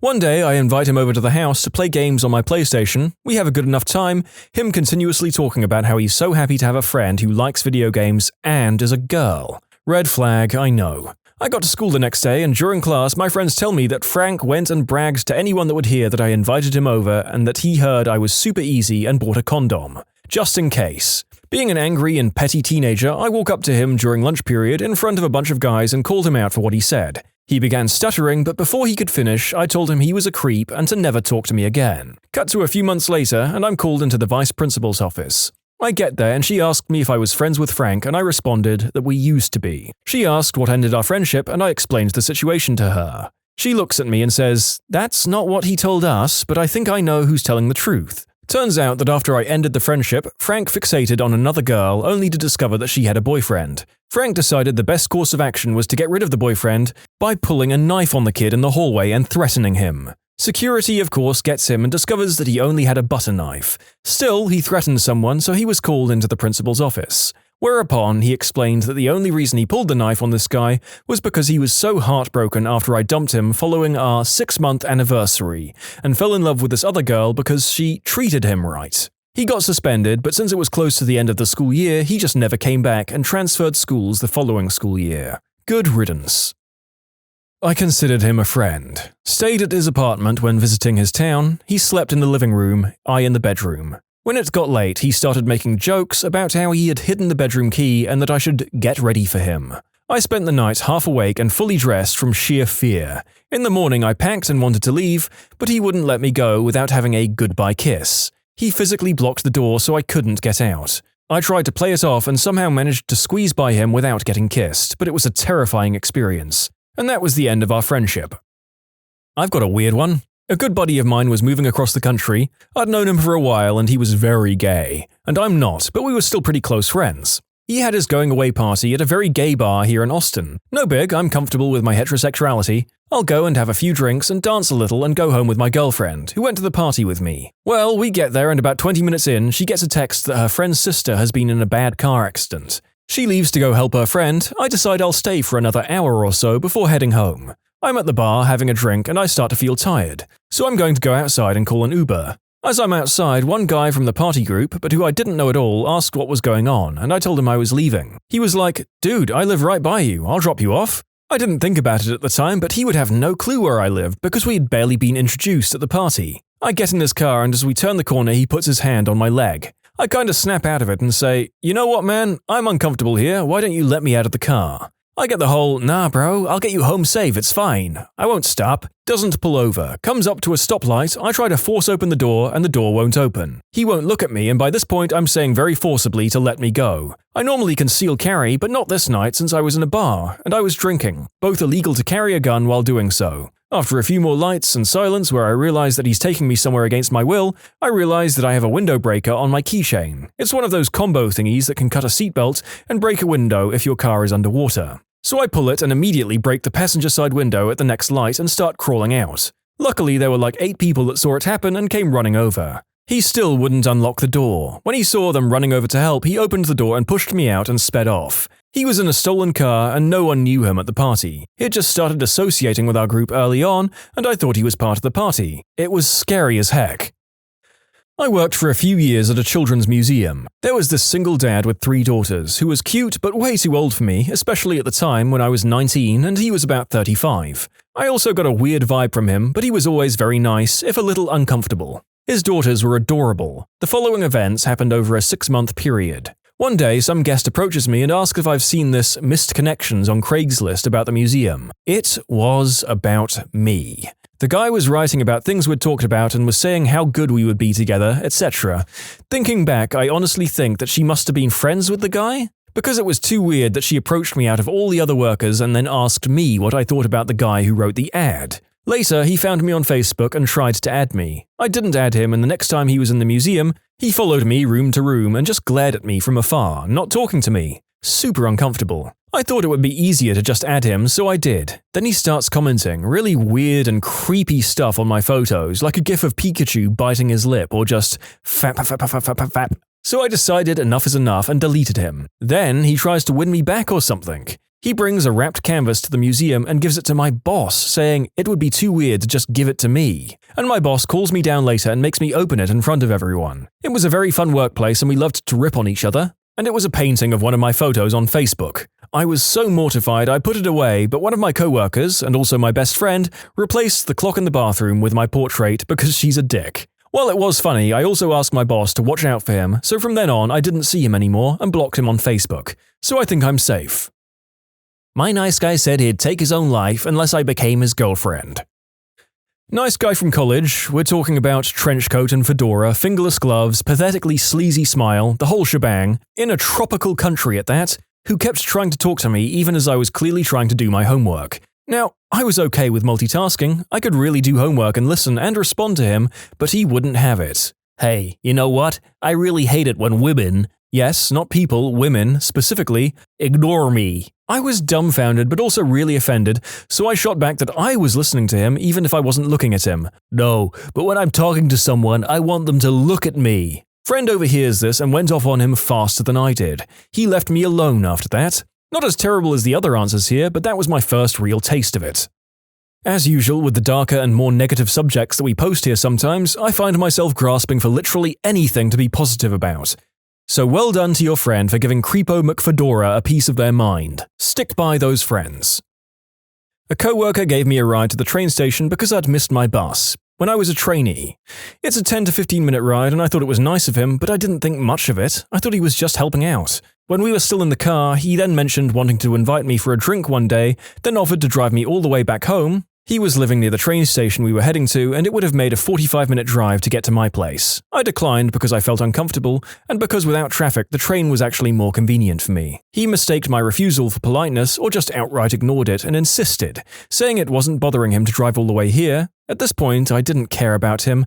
I was just starting to get scared. He insisted, and I had to argue and practically begged him to just drop me at the train station, finally mentioning that my dad was waiting for me anyway at the terminus, and pretended we could have a drink someday, and he let it go. But it all happened as we were driving onto the highway, so I felt trapped and it was really uncomfortable. Thankfully, it was my last week here, and I avoided him the last few days that I worked.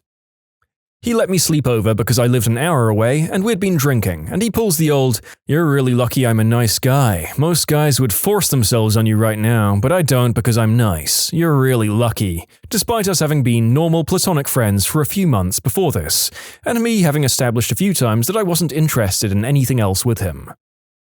I was on a Discord server and spoke in a voice chat frequently. One time this dude came in and didn't speak, only in text chat. He kept putting himself down for attention, so I told him that he shouldn't worry, blah blah blah, just to be polite and to try to get him to stop. This went on for quite a bit, and I think he might have taken that politeness as something more. I'd already told most people on the server that I don't swing that way, and he got all down about it and literally complained to everyone on the server that he had a crush on her, but she hates me. Fast forward an hour or so, and he PMs me saying that it's actually me he likes. I told him that I didn't like him back and that I was gay, but he threatened to take his own life, so I told him to stop being so manipulative and to pull himself together. I was at a bar and coffee shop drinking tea when this guy, a friend of a friend, came and sat down next to me with 2 shots of whiskey. I told him no thank you, I'm not drinking, and he said, "Wow, you're really making me angry. I'm being fricking nice to you and you're being really fricking rude." I said no thank you again. He kept going off about how rude I was and what a nice guy he was. Finally, I told him that I'd take the shot and throw it in his eyes if he didn't walk away. He walked away finally. Prick. Nice guy asks me out in high school on the bus and I declined. He gives me the silent treatment after that. The next day he appears in my friend group with his arms encasing one of my friends who looked clearly uncomfortable. He tells her he loves her and how great of a woman she is, to be giving him a chance to treat her like a princess. I talked to her after, and he had asked her over and over to date him until she said yes. She was a very nice girl and I felt bad for her. I told her what happened and that seemed to give her the confidence to stop the dating after only a few hours. We never saw him much after that, thank goodness. What Valentine's Day disasters have you witnessed? I served at a Japanese hibachi restaurant and once had a couple come and the dude dumps her after the meal. She then gets up and throws up a trail probably a good 20 feet as she runs to the bathroom. The dude got up and left the girl, and I was left to clean the mess.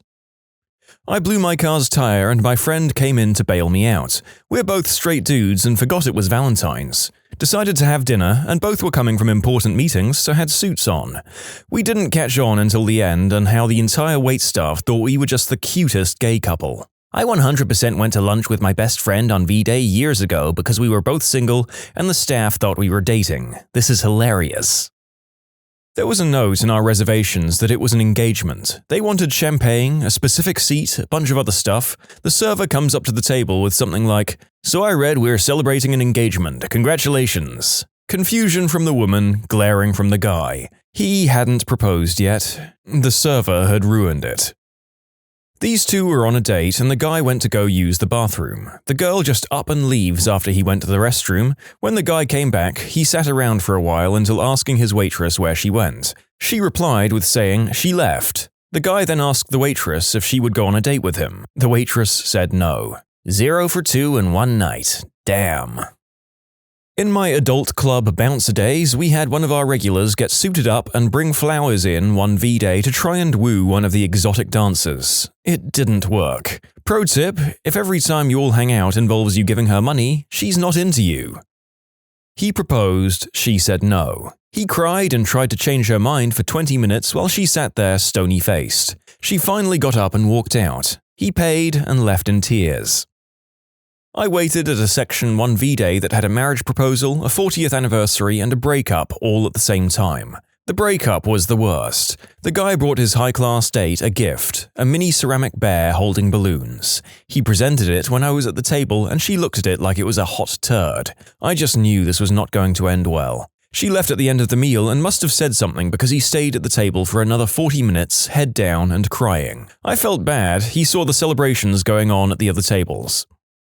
Sweet God, the 2 worst days of the year I've had to work as a waiter were Mother's Day and Valentine's Day. Both were difficult enough without a distraught, crying, newly single blocking off one of your tables on the busiest day of the year. I worked at a pretty high-end Mediterranean bistro. My second Valentine's there, it was probably the busiest night I've ever worked as a server. We had reservations that booked basically the entire restaurant, including the bar and patio, from 4 p.m. to 11 p.m. No walk-ins were to be seated unless a reservation was cancelled or someone with a reservation didn't show up. Most of the customers were pretty understanding and either waited or simply left. One dude, however, kept pushing and asking every 10 minutes how much longer until he's seated, constantly saying he's a regular customer and how his date is going to be there at 7. He got there at 6. We insisted that once a table was available and all the customers before him were seated, he'd get a table, but because of the amount of reservations, we couldn't guarantee he would even get a table at all. At about 6:50, the guy loses it, fast walks up to the hostess stand where the reservation book is, grabs the reservation book and practically runs out the front door. Now, everything is going to complete crap because the only copy of the reservations for the night that is barely half over is gone. 2 of the owners ran outside to follow the guy and try and get the book back, but by the time they get out, he had already left the parking lot. Even better is, 2 hours later, chaos is still running rampant, and the dude shows back up saying he has a reservation for 2. 3 of the 5 owners, all brothers, escorted the dude and his date out to the parking lot and banned him from the restaurant permanently. They even took a picture of him and posted it in the window saying, "Do not serve this man." In conclusion, salty dude without a reservation steals reservation book and then tries to come back later. Also, if anyone wants to use this for a sitcom, feel free. Just let me reprise my role as the waiter and we can call it even. I used to work front desk at a hotel. One Valentine's Day I was working the night shift and this woman comes down with a cut above her eyebrow, looking like she just went a few rounds in the ring with a boxer. Woman starts sobbing and asks us to call the cops, which we do immediately. Turns out this girl's boyfriend had just beat the crap out of her during a fight, and from what I could tell, this probably wasn't the first time. So after the cops show up and haul the dude off, my manager offers her a different room on comp, as we need to leave the guy's stuff where it is for him to pick up the next day. She accepts and I go up with the woman to help her collect her stuff and move to the new room. There were a bunch of bottles of alcohol in the room, and she donated them to the front desk staff. I got a bottle of AmITheA and some vodka. Manager got a bottle of Patron. Cherry on top of everything, the dude's wife called later that night saying someone had stolen his card as he was out of town on a business trip. Never one to defend an abuser, I told her where she could find her husband. Fun times. Thanks for telling the wife. My mother has been cheated on and the hotel staff wasn't able to tell her anything. I understand why they're not able to, but thank you for doing that for a stranger. I was a delivery driver for a fruit bouquet company and I had 2 arrangements from the same guy. Routes were made for me and the truck was loaded so there was no way I could mess this up. Delivered both arrangements to the appropriate address. I headed back to the store to find the store owner and the guy who sent these in an argument. This idiot put the wrong name to the houses. And it was on the card with the arrangement, along with the phone numbers. So both women called each other and then called the guy. He tried to say it was my fault. Then the person who took the order, he'd ordered it online. All we did was import the order. I hate Valentine's Day because of that place, but man, that was a great moment. I was a pastry chef at this big resort in Cape Cod. We got a special order from this guy who was coming in for his anniversary, Valentine's Day. He wanted his dessert to have "Will you marry me" written on it so he could pop the question when it came out. He called ahead to the front and back kitchen, even came in himself that morning to make sure it was good to go. The whole crew was behind him. We had cooks all night coming in to ask if it had happened yet. I wrote the inscription on the plate and dressed it to the nines with gold leaf and expensive chocolate. I'm taking a picture of the plate just before it's sent to go out and notice our head waiter come in with a weird look on his face. He says plainly, "They don't need it." She had broken up with him before the entrees hit the table. A guy did a backflip and asked a girl to be his Valentine. She declined. I walked up to him and asked if he was okay. He said it had taken him a week to perfect it. I was eating in a fine dining establishment, Chili's, several years ago. In the next booth was a really young guy who had a big bunch of roses on the seat next to him. He kept looking at his watch, looking at the roses, popping open a ring box for a peek at the ring. He did this for half an hour or so, then began calling and texting someone, presumably his girlfriend, over and over. As we were waiting for our check, he hands my wife the roses, mumbled something, and walked out. Poor guy. To clarify, I don't actually consider Chili's a fine dining experience. My wife and I had done some shopping and stopped off for a burger and beer afterward. Walking back to my dorm room once, a guy was carrying roses. I think this was around Valentine's Day, I don't remember, and he handed one to me. Made my day because it had been a crappy long day, but I wonder what kind of day he had been having to be handing out roses to strangers. A guy proposed to his girlfriend at my restaurant and she said no. The guy threw up his arms and ran out of the building. Later, while waiting for someone to pick her up, she told us it was completely out of the blue because they'd only been dating for a few months. Another V-Day, a guy raised a huge fuss over the fact that we wouldn't serve liquor to his underage girlfriend. I'm certain you mean he threw up his hands momentarily in exasperation, but I can't help picturing him running out of the restaurant, arms straight up Kermit the Frog style. I mean, I certainly would remember it more if the man went full Muppet, but I suppose real life will never be that magical. Let's break up the cringe with a genuinely heartwarming story that had no business being in this thread. Older woman, probably in her upper 90s, with her teenaged grandson at a semi-classy restaurant. She was dressed to the nines and the grandson was in a nice button-up and dress slacks. As they got seated at their table, the grandson placed a framed photo of what my friend assumed was the boy's grandfather and husband of the older woman. Found out it would have been their 70th wedding anniversary, but he had passed suddenly but peacefully a few months back. The grandfather had always wanted to take her to a nice restaurant but never had the time or money to do it. So the grandson saved up his pay from the last couple of months and even got some donations from other relatives and took her to the restaurant. They ate dinner remembering all the good times with this man. They had my friend to take a picture and she did. They tipped my friend very well. By happenstance, my friend ran into the young man some weeks later to find out the grandmother passed away a few days after that night, peacefully in her sleep, holding a photo of her beloved husband. He was so happy he could make that night special for her. Said it was the only day he saw her smile since his grandfather had passed away. He got the picture they took to the restaurant printed in wallet-sized and carried it around with him in his wallet. At my diner, an old man proposed to an old woman. He tried to get off the chair to kneel, tripped and fell, and I assume broke something since he couldn't get back up and we had to call him an ambulance. My manager had to drive her teeth to the hospital, separately because she had taken them out to eat her soup, Lord knows why, and left them on the table in the confusion. I don't know if she said yes, my manager didn't get to see them at the hospital, only pass on her teeth to the nurse. Busboy on a Las Vegas diner. An attempted proposal. Dude tries to set up sign with girlfriend's friends for her to show up and see the ring near a fountain. Duck stole the ring, they found it 2 hours later as he dropped it in the fountain. She still said yes though. You can submit your own stories to be featured here on the channel. The story submission link is in the description below. And if you want to listen to some vibey music in the background, check out easymode, also linked below, and subscribe. 16 years in hospitality gives you some good stories. The most awkward? My first job as a waitress, a guy wanted to propose to his girlfriend. He came in 2 months before to book and had everything figured out. He planned to pop the question during dessert. We had champagne, balloons, and sparklers prepped for the big moment. The time comes, he drops to one knee, gives a speech about his love for her. He asks, and she says no, puts the ring in her bag, finishes her dessert, and leaves. Quite possibly the most awkward thing I've had to witness, alongside around 200 other people. The manager gave him everything for free, he felt that bad for him. Cringed up inside every time I saw him after that. The most effed up? I was working as a duty manager and one of the tills kept dropping off the network. As I was trying to fix it, I could clearly hear the conversation of the table by the waiter's station. It started out sweet enough with her excitedly telling him she was pregnant. He went quiet and didn't say anything for a bit and then asked her what the plan was.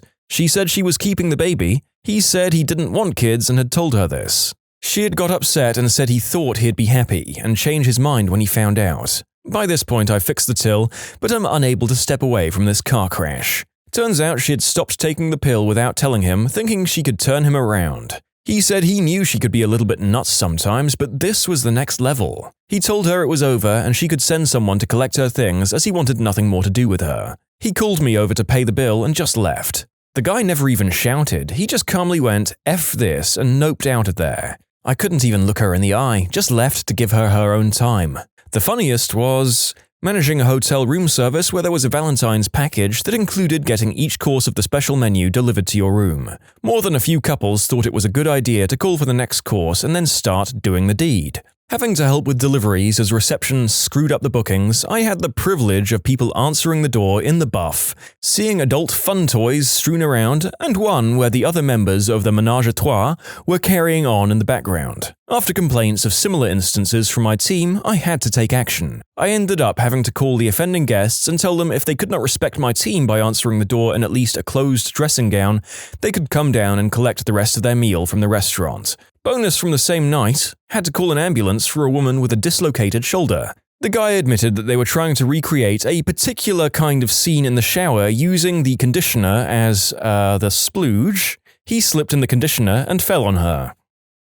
Back when I served food at one of those super touristy seafood restaurants, I worked a Valentine's Day double shift. For lunch, this younger couple came in celebrating their 1-year anniversary. I offer my congratulations and then proceed to do my usual spiel before taking orders. The girl is looking more and more dismayed the longer I talk. Finally, I get to the end and ask if there's any allergies. She looks at her boyfriend and says, "Yes, I'm allergic to fish and shellfish." Then looks over at me, very sad. I made sure every aspect of her meal was fine for her, but it was that look of, "We've been dating a year and he still takes me to a restaurant that could kill me," that really did it for me. Not a table I was serving, but back in my Olive Garden days, we had a man who looked to be in his mid-20s tap his empty wine glass with a fork to call for attention of the surrounding strangers, then get down on one knee with a silver band in hand and ask his girlfriend to accept his promise ring. She looked horrified start to finish. Did she accept the promise ring, though? Oh, hell no. They went outside to talk and she came back in to settle the bill without him. In college, I waited tables, and Valentine's was always a good one in terms of tips. I once saw a couple come in to eat. Halfway through the dinner, the man's wife showed up to surprise the couple. The wife took the wine bottle and poured the remnants over her husband's head, took off her ring and told the girlfriend she could have him. He tipped me $100. You gotta think that your wife might think something's up when you're busy on Valentine's Day. Yeah, this guy doesn't seem to be the brightest bulb in the chandelier. Had a man and a woman sharing dessert and the man playfully put a bit of ice cream on her nose. She then did the same and he did it back once more, but with a different flavor of ice cream. She then flipped out at him because, "You know I like chocolate the most. Why would you waste it, you idiot?" In the end, she stormed out because the man couldn't comprehend how much she was blowing up the situation. I would imagine the gentleman in question had the shocked Pikachu expression on his face for several seconds before chasing his partner out. I know I would have.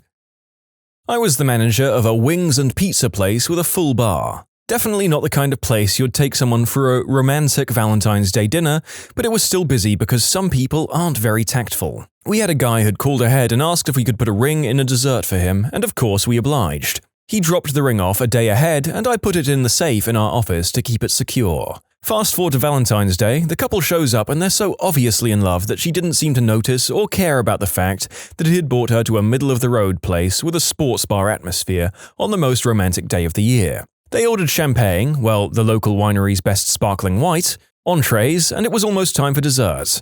I'd used my chef skills to whip up a special chocolate strawberry tart that wasn't on the menu just for this occasion. Because why not try to make their night at least a little fancy? I went to the safe to get the ring, and it wasn't there. I was freaking out big time. I asked everyone there if they knew what the frick had happened to it. My assistant manager on site had no idea, so I called my other assistant, who also had the safe code, and they didn't know either. Finally, my bar manager mentioned that one of the owners had been in earlier and spent a little time in the office. So, at my wit's end, I called the owner. It turns out that he'd seen the ring in the safe and thought it was something a customer had left behind. Figuring that he'd come into an extremely lucky situation, he decided, like the scumbag he was, that he'd take it for himself and save money on a gift for his wife on Valentine's. So I asked the server and bar manager to help stall the couple. The server told them that we were going to do something special for their big date and to hold tight. I ran out, hopped in my car, and rushed to get the ring from the owner's house, because he was, as I'd mentioned, a scumbag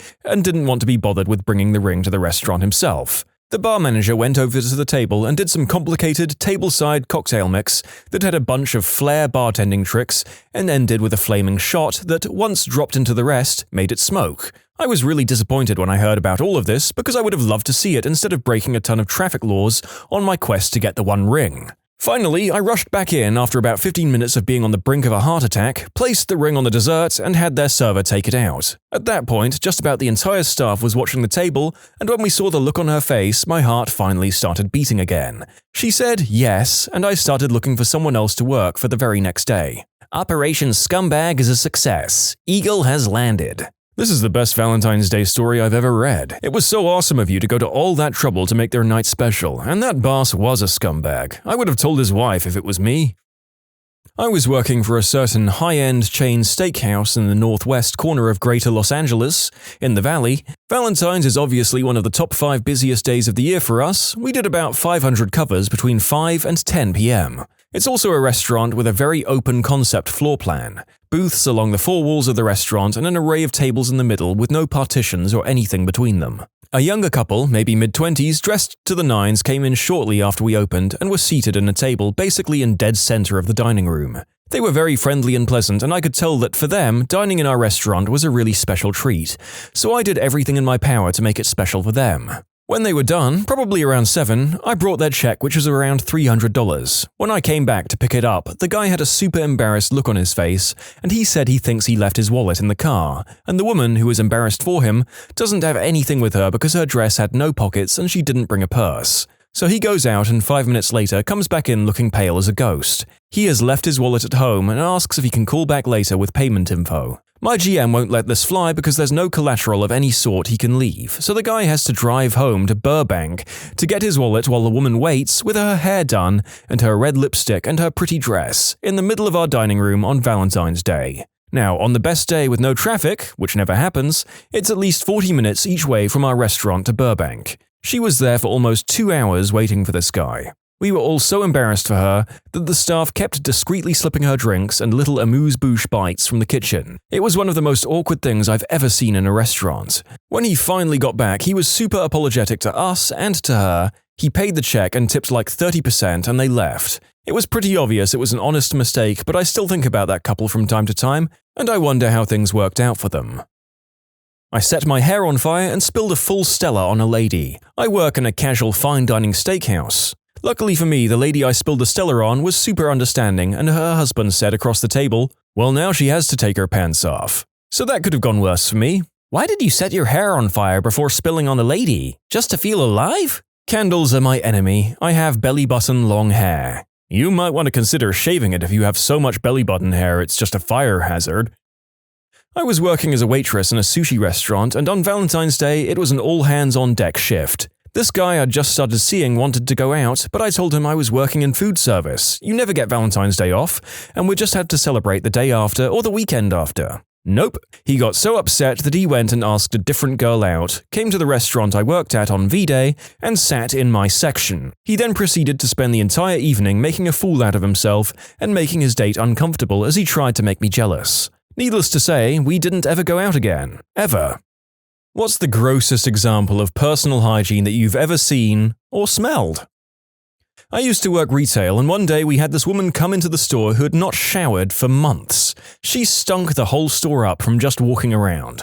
We had to ask her to leave due to hygiene. I'll never forget that stench. It was like low tide and a dead body had been sitting around for a month. When I worked at a lingerie store, one of my first nights when I was still being supervised, a couple came in. The man was scraggly and a bit dirty looking, and the woman looked very clean. But there was a smell, a fishy smell, and my boss and I both assumed it was coming from the man. So we let the woman try on a couple of sets. Oh my god, we were wrong. We were so wrong. We had to air out the dressing room and steam clean the lingerie. It was awful. I have a girlfriend who thought it was normal for guys to have dingleberries. Poor girl was going down on a guy with matted poop fur down there. Okay, this one out of all of them made me audibly gasp. What the frick? I had to Google dingleberries. Oh, what the frick? I'm sitting in my living room by myself yelling out loud at this one. I work in an ER in a low-income area. There was this one that I'll never forget. She was a mid-40s obese hoarder who had decided it wasn't worth the effort to get out of her recliner for 2 weeks straight. She had a fridge within reach, so she wasn't hungry, but was producing feces and urine the entire time without getting up to use the restroom or clean herself. You could smell her down the hall with the door closed, and her behind was literally rotting away with pressure sores down to her bones. Oh, but how can you stand that? Probably nerve damage, and she'd slowly desensitized herself to being in that situation by building up behavior. I believe in this case she had some severe depression as well, which definitely could have contributed. Once the pressure sores are through the full skin thickness, they're past the pain receptors.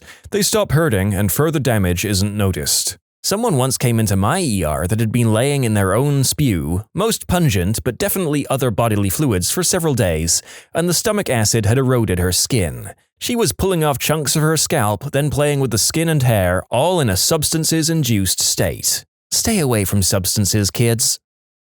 Well, I'm about 1/10 of the way through this script and I already want to burn it, all the stories, and the entire internet to the ground. Oh well, only the rest of the video to go. You're welcome, listeners. I worked at an engine assembly plant in New York State where everyone else is in these 3 to 5 station teams that rotate every hour, so you don't go crazy doing the same job for 8+ hours. We had this dude who came to our group who had the nastiest teeth I've ever seen in my life. His bottom front teeth were all fused together into one big lower tusk, and his breath could gag a maggot. It got so difficult to work with the guy, you could smell his breath from at least 6 feet away, that we had to go to a manager to figure out how to handle it and not be buttholes. Well, all they could do was tell him he needed to do something about it, so he constantly had a tub of mints on him. After that, his breath just smelled like a rotting corpse and mint. So, yay. As someone who's been through this earlier in my life, I beg you to go easy on people who have the rotting smell on their breath, because there's no hiding it. It's their teeth you smell rotting. I spent most of my teenage years homeless and without insurance until I was 25. My teeth started falling apart when I was 14. Apparently, my adult teeth came in with very weak enamel, and I was always told I would take lots of visits to keep them in good health. By the time I had insurance, it was so bad that the $2,000 a year plans that everyone has would not cover anything resembling a helpful solution. Even just getting dentures and pulling the teeth was going to be $12,000 or up. I was embarrassed all the time. I spoke to no one unless I was 10+ feet away, never looked anyone in the eye, and never smiled even when I had a reason to. In the end, all my teeth needed replacing, but specifically, all of my molars had rotted down to below the gum line, and I learned to chew soft food with my tongue. So I get it, bad breath is bad, but try to see it from their point of view. Rotting teeth suck, and unless you have a plan without a yearly limit, which barely exists these days, it's hard to do anything about it. Mine was out of my control. I brushed and flossed daily, as I was supposed to, and they still fell apart. My first tooth crumbled while I was eating mac and cheese, which is not strong enough to break a tooth. I lived in a triple dorm when I was a sophomore in college, 2 friends and myself. When my friend transferred to a different school over Christmas break, the college automatically added in a 3rd person as our dorm had the only opening on campus. The girl was a year younger than us, not a huge deal, but the problem developed a few days after she moved in with us. There was a slight odor when she walked by. The odor grew day by day. We began to realize that she wasn't showering. We had an ensuite bathroom and we would hear the water turned on in the shower for about 5 minutes, but she never came out with wet hair or looking any different than when she went in. We went for a soft approach at first. We went to Bath & Body Works and got her a really nice basket of scented soaps and shampoos and conditioners, because she only had one very odd generic shampoo that she had had in the shower. She was very grateful and we thought that would be the end of it. She put the shower items in the shower and literally nothing else changed. The levels on the soaps and shampoo didn't go down. The smell was getting worse. We sat down with her and had a serious but concerned conversation. We said we were worried about her and wanted to know if she was okay and how we could help. She said everything was fine and nobody else had ever mentioned her smelling bad. I find that completely impossible as she was surrounded by a stench of body odor coming from every pore. She said she'd shower more. She began going to parties, which we thought would make her clean up a bit, but it didn't. She would just add cheap alcohol to the body odor scent. After about a month, my roommate and I went to the dorm advisor and explained what the situation was and how we were done. She was smelling worse every day and was beginning to be very snotty to us. The residence director met with her, and although he couldn't tell us what happened during the meeting, he verified that he could smell the odor coming off her. Thankfully, she had made a friend, a very odd duck, but a duck I'm still thankful for, and that friend's roommate moved out. She moved within a week. We ran into her on campus every now and then. Same stink.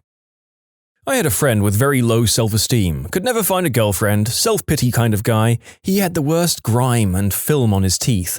I told him he won't find a girlfriend unless he cleans his teeth because it's repulsive to anyone with any respect for themselves, in less words. He denied it, saying someone will like him for him, blah blah blah. Well, one day his grandma paid for him to see a dentist who made them pearly whites once again. Not 2 weeks later, he had himself a girlfriend. Still thinks it was never the problem. Woman was a heavy smoker, which can cause a lot of issues in itself, and bad BO like she never showered, and the list goes on and on. But the worst thing was this nasty brown blouse that she wore all the time, and I mean like 4 days a week at least. But she did wear other things occasionally because they always jumped out. Thing is, there was a picture on her desk wearing that blouse from like 5 or 6, whatever years before, and it was white in the picture. I just thought it was coincidence, and no way it was the same one, till one of her co-workers who shared the office with her started complaining about her one day when she was gone, and the woman confirmed it was the same shirt and she had slowly watched it change from white to whatever disgusting color it currently was over the years. My granddad did quit eventually, but my nan smoked until she died. Anyway, I'm there with my mom and aunt cleaning the house, and they always had this yellow/green wallpaper. Start taking family pictures off the walls, and suddenly this lovely baby blue wallpaper is staring right at us. A guy we call the Stink Beast. I was a rent-to-own delivery guy right out of college. We had a regular customer that smelled like a sock stuffed with boiled cabbage and soaked in diarrhea, all the time. He also only wore tank tops. I went to his nasty house to pick up a stereo he couldn't pay for. I spent 20 minutes in his house unhooking wires, etc. There was dog crap on the couch next to me in more than one spot. And I mean actual turds, not a smear or something. I rolled the stereo out on a dolly through several more piles of crap and loaded the stereo into the van. As I'm ready to close the door, he runs out with a wad of cash and wants me to put it back. While I'm writing up a new ticket, he leans in to adjust something on the stereo. His sweaty, hairy pit jams right into my face. It was like getting hit in the face with a used diaper. I immediately whirl around and spew in his yard. While I'm trying to be nice and pretending to get the flu, his dog proceeds to come over and eat said spew. So yeah, this guy. Bonus to the story, 2 years or so after this happened, I saw the Stink Beast at an old country buffet. I told my wife that he was there, and her reply was that he must be the guy in the blue tank top. She said she could smell him from the opposite side of the steam table. Said people were sniffing the steamer like something had spoiled. I had a part-time job at uni cleaning out student rooms after the occupants had moved out. One room was left with no fewer than 28 bottles of urine that the occupant had decided to just leave in the room. The shared bathroom was next door. Yep, as someone who lived in student accommodation, I'm just surprised it took this long for the first example from that kind of dorm to show up. And an abundance of pee bottle stories follows. My buddy supervises commercial building construction. He constantly has to reprimand and discourage the workers from peeing in bottles, then sealing them in the walls. All because they're too lazy to walk to the porta potty and too lazy to throw the bottles away. I'm currently imagining future archaeologists quizzing each other over the meaning of why our civilization sealed urine into walls. I peed in a lemonade container in middle school so I could get some weird middle school clout. But without a plan, I panicked and stuffed it in my locker. I was so paranoid about taking it out and getting caught that I just left it in there, and since it was a little buried under unused binders, I pretty much forgot about it until cleaning my locker for the end of the year. Middle school was too strange of a time for me. This guy and his family didn't like to shower, and they all had food stains all over their clothing, but the father smelled like he pooped himself, smelled like pee, and that wasn't even the worst part. The worst part was he had food stuck in his hair and maggots crawling in it. Literally, the guy smelled like death. He said I was being offensive because I stood 10 feet away from him. Guy had the nerve to call my manager over, who then immediately stuck his hand up and said he wasn't interested in hearing his story, that he needed to leave and not come back until he took a shower. After this is when he started taking care of himself. You can submit your own stories to be featured here on the channel. The story submission link is in the description below. And if you want to listen to some vibey music in the background, check out easymode, also linked below, and subscribe. I met a girl on a dating app and we got along well online, but she smelled like crap in person. I'm talking fully clothed and several feet away, there was still this stench of poop. I was really embarrassed for her, to be honest. She complained about guys ghosting her and not knowing why. I mean, it's not easy to tell someone they smell like butt. I don't know how you couldn't be aware of it either. Nose blindness is a thing. You stop smelling the things you're used to. I remember a story about how Febreze, which eliminated odors, was having trouble getting going. Some people from the company were interviewing regular people about their habits, and they came across an old cat lady whose house absolutely reeked. When they subtly and politely asked about cat smell, the lady replied that it was amazing that with so many cats around, they didn't smell at all, and that's why she didn't need to use Febreze. This is also why smokers think other people can't tell they're smokers. We can, and why some women who have a favorite perfume end up drenching themselves in it over time as they stop being able to smell the regular dose. I worked on a dairy farm growing up in Wisconsin. If you don't already know, dairy farms smell terrible. I would always smell the farm at first when I showed up to work, and after a while you no longer smell it. The kids in high school made fun of how I smelled even though I wore clean clothes and took showers every night when I came home from work. Fast forward to me coming home for the first time in a year after joining the army, I'm going through some old clothes and wow, the stench on those things, even though they were washed, was quite strong. I threw them out. So yeah, nose blindness is definitely a thing. So I used to work at this really upscale vegan hot pot restaurant a few years ago. The owner-operator was very adamant on how it's okay not to wash your hands because in my country, washing hands meant you're cleaning off the hard work you've done.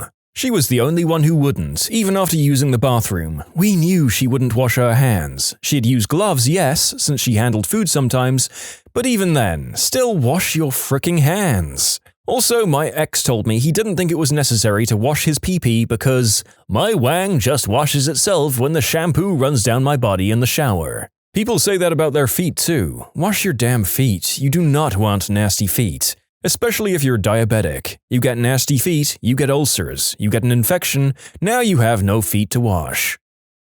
I'm a nurse, so I've seen some crap, but the worst would be a woman with scabies and fleas. I don't know how she got them, but she was so ashamed of having them that she basically just barricaded herself at home for some weeks until her daughter got her admitted to the hospital. I'm not exaggerating when I say that everything on her jumped when you came close to her bed or she moved. She had them everywhere, and I mean everywhere. I spare you the description of her intimate area. Ugh, my aunt is a nurse and she had some stories. One that stuck out was a large obese woman who came in and they had to bathe her. My aunt said she lifted up her bosom only to be greeted by live maggots. Oh, I'm going away now. Goodbye.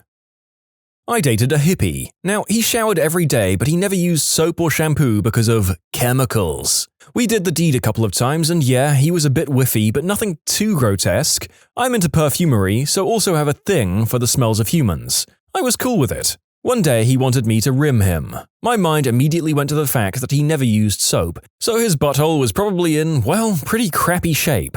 I sensually suggested we take our adult fun times to the shower. I seductively got in the shower and made a big deal of soaping him up from top to bottom, finishing on his butthole. The water ran brown. It ran brown from years of built-up crap. I watched as the densely, poopy, soapy water went down the drain and realized I could do better in life. Or at least stop dating hippies. I work in medical, so I've seen a lot, but one of my good friends who is a high-level marketing person at a university and has a master's degree asked me how often I clean my house. I found out she showers once every 10 days, has numerous skin infections, wipes off kitchen counters maybe once a month once things get moldy, etc. But the worst part was when she told me she never changes or washes her sheets. She had them on her bed for 2 years and never took them off until she threw them away because she bought new ones. And I feel bad when I don't change my sheets after 1 week. After a night at the bar, I went home with this cute guy who outwardly seemed pretty normal and attractive. Got to his place and it was filled with garbage, like a layer of garbage spread on the floor. I had a few drinks in me, so it was like, okay, he's cute, this is gross, but let's see how it goes. Takes me to his bedroom and there's literally disgusting old food and garbage in the bed and in the sheets. Like not just containers, expired, disgusting, open food directly on the bed, and lots of it. It was so revolting, I started thinking of excuses to leave. This guy was cute though, so I stuck around another 5 to 10 minutes thinking how we can work this out. We sat on the bed and literally under the sheets were filled with garbage too. He proceeds to take off his socks for whatever reason and his toenails are completely black with long nails and his feet are so dirty like they hadn't been washed ever. I gagged a little before bolting out of there saying I didn't feel well, which I didn't. Honestly, I was young and willing to put up with a lot, but that was a no-go. Oh my god, a lot of my girl pals have told me a lesser version of this same story, and I'd say went home with a cute guy only to find out he's a filth wizard man-child is pretty common, but not to this extent. Unrelated, this script has been very challenging to record without gagging. If you've listened this far, I salute you. Please let me know if you've made it up to here. I have one and only one instance of insane hygiene. When I was in college, they got some dorm assignments screwed up. I played baseball and thus I was in the athletic dorm. For some reason, rather than assigning another ball player to my room, they assigned some random guy. This initially was no problem for me. I was not a stereotypical jock, and I had many friends who weren't athletes. The first day was okay. Turned out he worked at Domino's Pizza and would bring home 4 or 5 pizzas after work. So he shows up with some pizza and says I can have all I want. I'm thinking this might be cool, free pizza every day. Alas, things quickly took a turn. The first and second nights I noticed just a hint of that dirty feet smell. Dude didn't take his shoes off either night, so I was like, where is this coming from? But really, it wasn't that noticeable, just the occasional whiff as I said. The third night, oh my god, I walk in from baseball practice late, and he was already there playing his Xbox. He had the latest versions of PlayStation and Xbox and tons of games. I mention this so that it's clear that poverty is not to blame for the situation. Anyway, I walked into the room and I smelled a smell that I have never smelled before or since. A smell beyond description. He had simply taken off his shoes and his socks were black. They were supposed to be white. God knows the last time he had changed them, I stepped back outside to keep from gagging. For the next month, until they straightened out the dorm situation, I was only in my room for sleep. Nothing else. The only way I could sleep was to spray my pillow with cologne or something and bury my face in it. The smell hung in the air after that, even when he wasn't there. When my friends would come by to get me to go out, they would walk in and immediately turn and leave and give me a what the frick look. During my month living with my new friend, who to my knowledge never actually attended a class, I never saw him shower. I saw him in 2 sets of clothing during that month, his pizza uniform and a t-shirt and gym shorts ensemble completed by his spoiled socks. After he was relocated, I never saw him again, and I pray that whoever was his new roommate was born without a sense of smell. We had 2 regulars that used to come into our bar. They were in their later years of life but enjoyed the atmosphere and loved chatting up anyone who would listen. Things started going south a few years back when we started getting some complaints that they would sometimes smell like urine. Then it dawned on me. I hadn't seen either of them get up and go to a washroom. Eventually, we came to find out that instead of acting like normal members of society, they would come in, drink a beer for a few hours and just casually pee themselves while wearing diapers and not think anyone would notice. They could have been incontinent from years of holding it in while they sat and drank. My mum's ex had a buddy who ended up like that because he felt like taking a pee killed his buzz. Started wearing adult diapers at like 42 or 43, he said. The only reason I know this is because we were on a road trip and he made a point of stopping to let me take a leak and explaining why I shouldn't hold it in for any reason. I went to a friend's house and she picked up poop from her cat's litter box with her hand and then proceeded to not wash her hands. Wait, stop! What the frick? This might be the most casually messed up one here, in my opinion. My wife was a labor and delivery nurse and she told me one time a woman was having a baby and the doctor asked the woman if she wanted that mole looked at, then poked at it with a set of hemostats. The mole moved and it was actually a cluster of crabs that the woman had on her downstairs parts. My wife was horrified, so she told me. Ugh. I had a landlord who reeked of garlic. You could smell him from a mile away. It would take the whole day to get the smell out of the apartment after he left. He was from Transylvania, so I always joked that he fled the vampires and applied garlic every day just to be safe. My grandma gave me a garlic pill to fend off the mosquitoes. It fended off everyone else too. What products do cashiers silently judge people for buying? Had a teenage girl come in with several members of her family. They all came up to the counter practically in tears and bought a pregnancy test. She then went into our bathroom to take the test, which I thought was odd, seemed like the kind of thing you'd do in the sanctity of your own home. Then the girl comes out bawling, and then her family starts bawling, and they're making a huge scene in the middle of my store. It was super duper awkward. When guys buy feminine hygiene products and have to explain that it's for his girlfriend. Dude, nobody thinks you are buying tampons for yourself. Yep, I wouldn't do it when I was younger, but when I hit my mid-20s, I realized how freaking dumb I was being. Need some enemas and tampons and nail polish? I'll pick that crap up from the store for you. Just expect me to get the wrong brands, or the right brand with the wrong product. But I'll try to get it right. Once you realize you'll probably never talk to or meet 99% of the people you ever see again, it makes doing stuff like this a lot easier. I work in a bookstore. I've had people red with shame while they bought 50 Shades of Grey and make comments about how I must think they're idiots. Look, I don't give a crap about what you buy. At least you're reading and keeping my store open. Do you also get the weakly old men who proudly slap down their adult magazine on the counter? I used to work for Borders, and those were always the nicest old men. No creepers. Every time I buy lube, I always get this feeling that the cashier thinks I'm buying it for butt stuff. Same feeling whenever I buy double-ended, penetrative adult toys. One of our customers buys anywhere from 25 to 32 bottles of laxatives a week. Every week, and not the oral kind either. Maybe he cares for a giant family of surprisingly healthy smack addicts. Despite the fact that it contains mention of a crippling substance addiction, the last suggestion was strangely wholesome, don't you think? I don't judge, but I get some good stories. I saw a guy in the contraception aisle looking absolutely baffled at the wide variety of jimmies. I'm a pharmacist and went to help. With an inward sigh, some people have no idea how to use them. He said, "I have no idea what I'm looking at. There are so many. I've been fixed for almost 20 years. But my boy's going to college and I don't want him bringing STDs or any babies home with him." He got really excited when I told him about spermicide and bought 5 to 6 dozen-count boxes. That's a good dad. Okay, quick story. I have an ultra-conservative Asian mom who never even mentioned doing the deed, ever. When I got out of boot camp to my first duty station, everyone was getting care packages from home, cookies, civilian clothes, etc. I got one from my mom. It was about 100 jimmies. Assorted boxes with a note saying, "Please be safe and we will never talk about this package again. Love, Mom." Bracelets that harness the healing energy of magnets. Yeah, well, joke's on you. Blood has iron and is magnetic, and I have the power of science and the Lord. Freshman year of high school, I was a cashier at a local grocery store. There was an upscale organic cupcake boutique in town that sold their cupcakes for about $4 each. It was ridiculous, but people still bought them.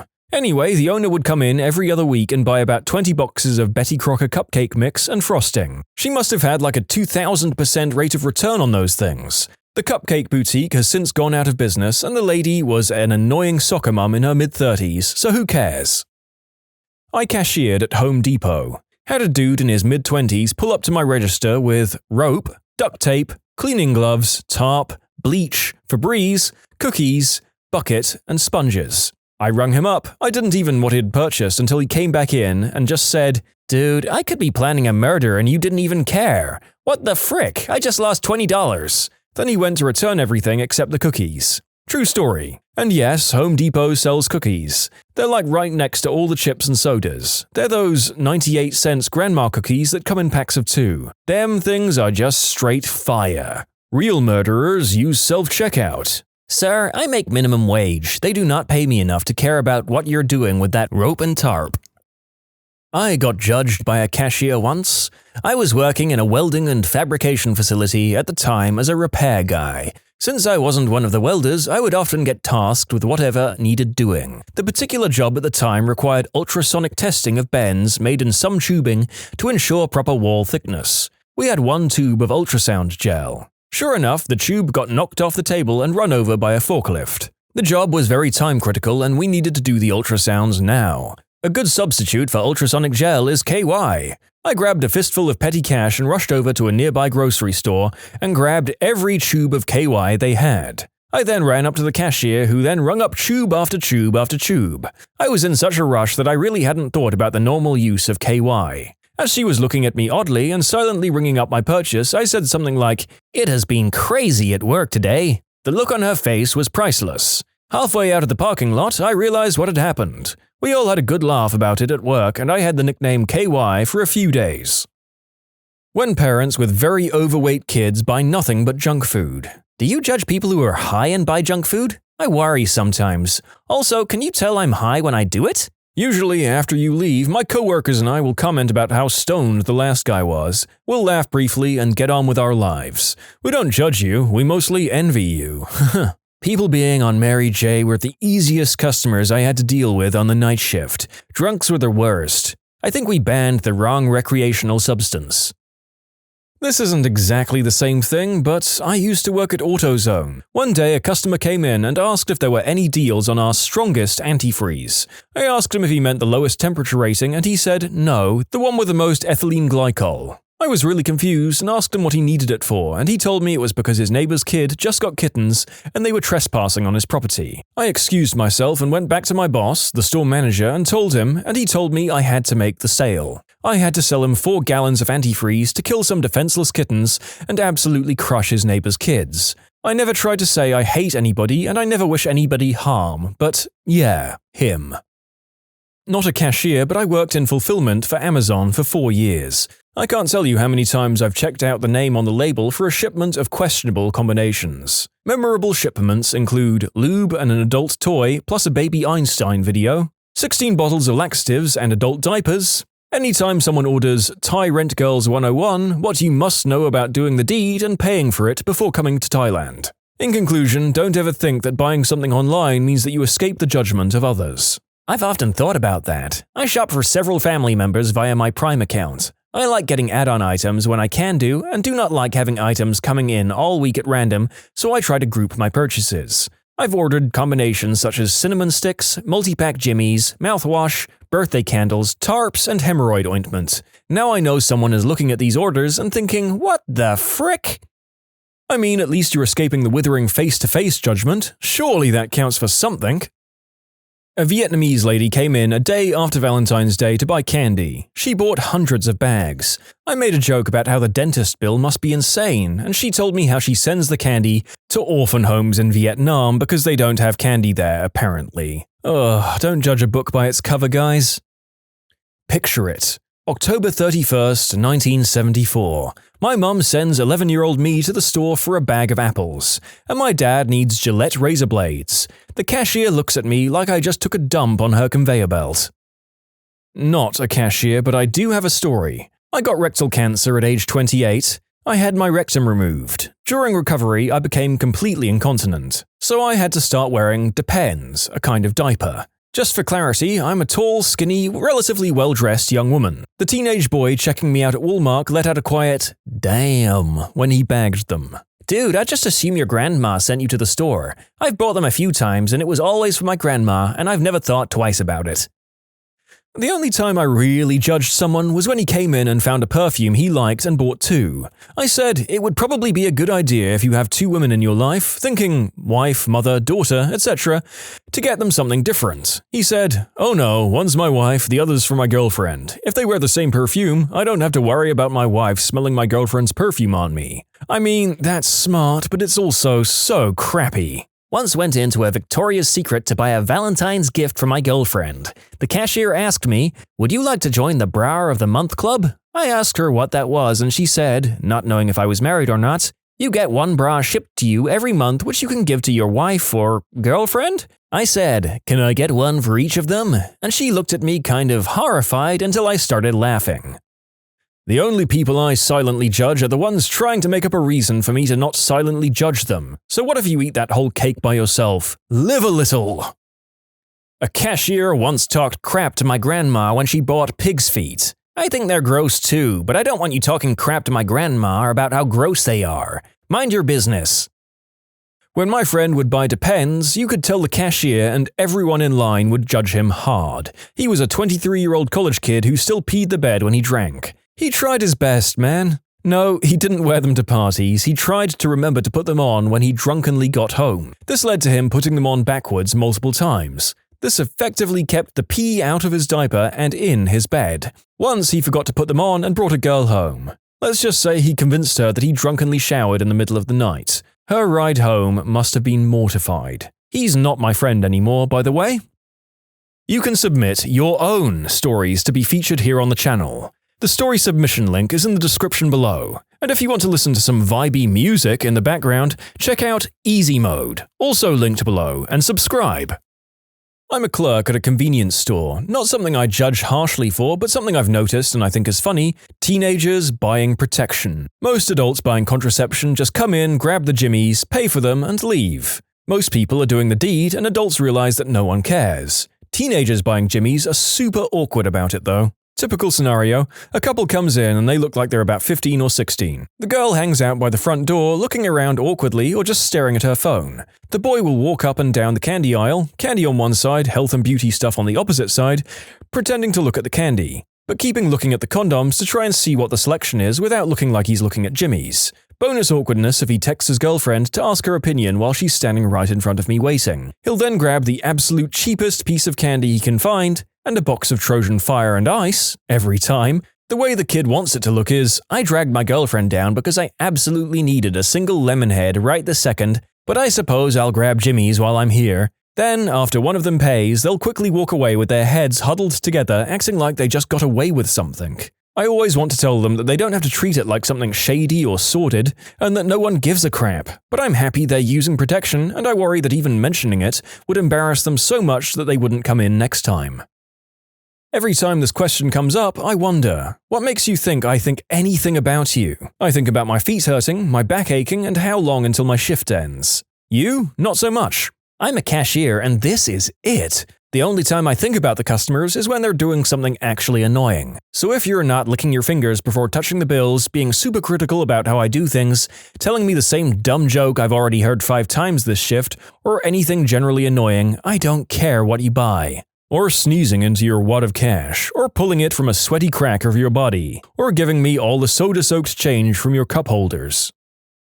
The only time I can remember having a thought about a customer was when they brought our camouflage print lingerie with pink edging. I honestly couldn't care less if they wanted to buy it, even though I thought it was hideous, but while folding it, I couldn't get over how itchy that fabric was. I was curious about why someone would subject themselves to that. My shopping habits were judged by a cashier when I was 14. My music teacher sent me to the store for unlubricated jimmies. They're a way of keeping actors' sweat from damaging body microphones. It was a small town and the cashier knew me. She was horrified about what I was buying, and before I could explain, she insisted on calling my mother to let her know I was doing the deed. I then got to explain in a very loud voice that I was a virgin and they were for microphones. Even if I had been buying them for other stuff, I would think the smarter move on her part would be to sell them to me. If teenagers decided to do the deed, then they're going to do it regardless of how adults feel. Public shaming and denying them protection is not going to stop the deed, but can lead to other consequences.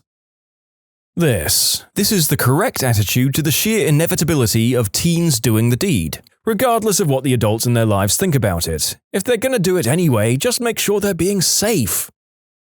I used to work at a local pharmacy and a regular customer came in. The only items he purchased were a wrist brace and a tube of KY jelly. He must have noticed me looking at the items and he said, "I swear these are unrelated. Whatever helps you sleep at night, dude." When parents get angry at their kids for wanting a 50-pack of stickers or some cheap child's magazine, saying, "We don't have enough money for that," while paying for cigarettes and lottery tickets. Sometimes I just lie to my kids about not having money because we have so much of this random crap at home that I think I'm going to scream every time I open a drawer in the kitchen. As a parent of 6-year-old twins, I could not agree with you more. It's like every gosh darn step I take, I'm stepping on a coloring book or a random pack of some kind of bullcrap that I just said, "Fine, you can get it if you just shut the heck up about it." I used to work at Save-A-Lot as a cashier. Our client base tended to be a little lower on the economic ladder. At the first of the month, when the benefits get loaded to their cards, I always hated to see people push up a cart full of soda, chips, etc. These people also usually tended to be in poor health. I didn't really judge them, I more felt sad for them. I also didn't like seeing people who would come in with the PIN number for their card on a piece of paper. It was a small town. I know that wasn't your card. I didn't hold it against the people who had the misappropriated card, but more against the people who sold their $300 worth of food stamps for $150 so they could buy alcohol, cigs, substances, etc. The sad part was, a lot of the people selling had kids. I learned the other day that you can apparently get judged for buying alcohol at 7 a.m. The cashier was pretty vocal about it, and if I wasn't so non-confrontational, I would have told a manager. She flat out said something along the lines of, "It's a little too early for boozing up, don't you think?" 1, none of your business if I'm drinking early in the morning. 2, it was on sale during my routine trip to get milk and such. Am I supposed to just leave it and come back after 5 p.m. to buy my alcohol? However, when I got home, I realized how my entire purchase looked. I got milk, chocolate milk, Lunchables, also on sale, and a strawberry daiquiri. She probably thought I had kids or something, so I understand her concern. Kind of. She didn't have to say anything though, it really struck a nerve. That is so dumb. Just because you're buying it alcohol at 7 in the morning doesn't mean you're going to go home and drink it immediately. Do you buy a week's worth of groceries and go home to eat it all right away? No! When contractors or painters would buy America's Finest or Speedwall paint, I assume they're overcharging a family or company by getting the cheapest paint possible. I'm not a painter, I'm a roofer, but hear me out. If I was to do every roof with top-of-the-line materials at every stage, I would be bankrupting families left and right.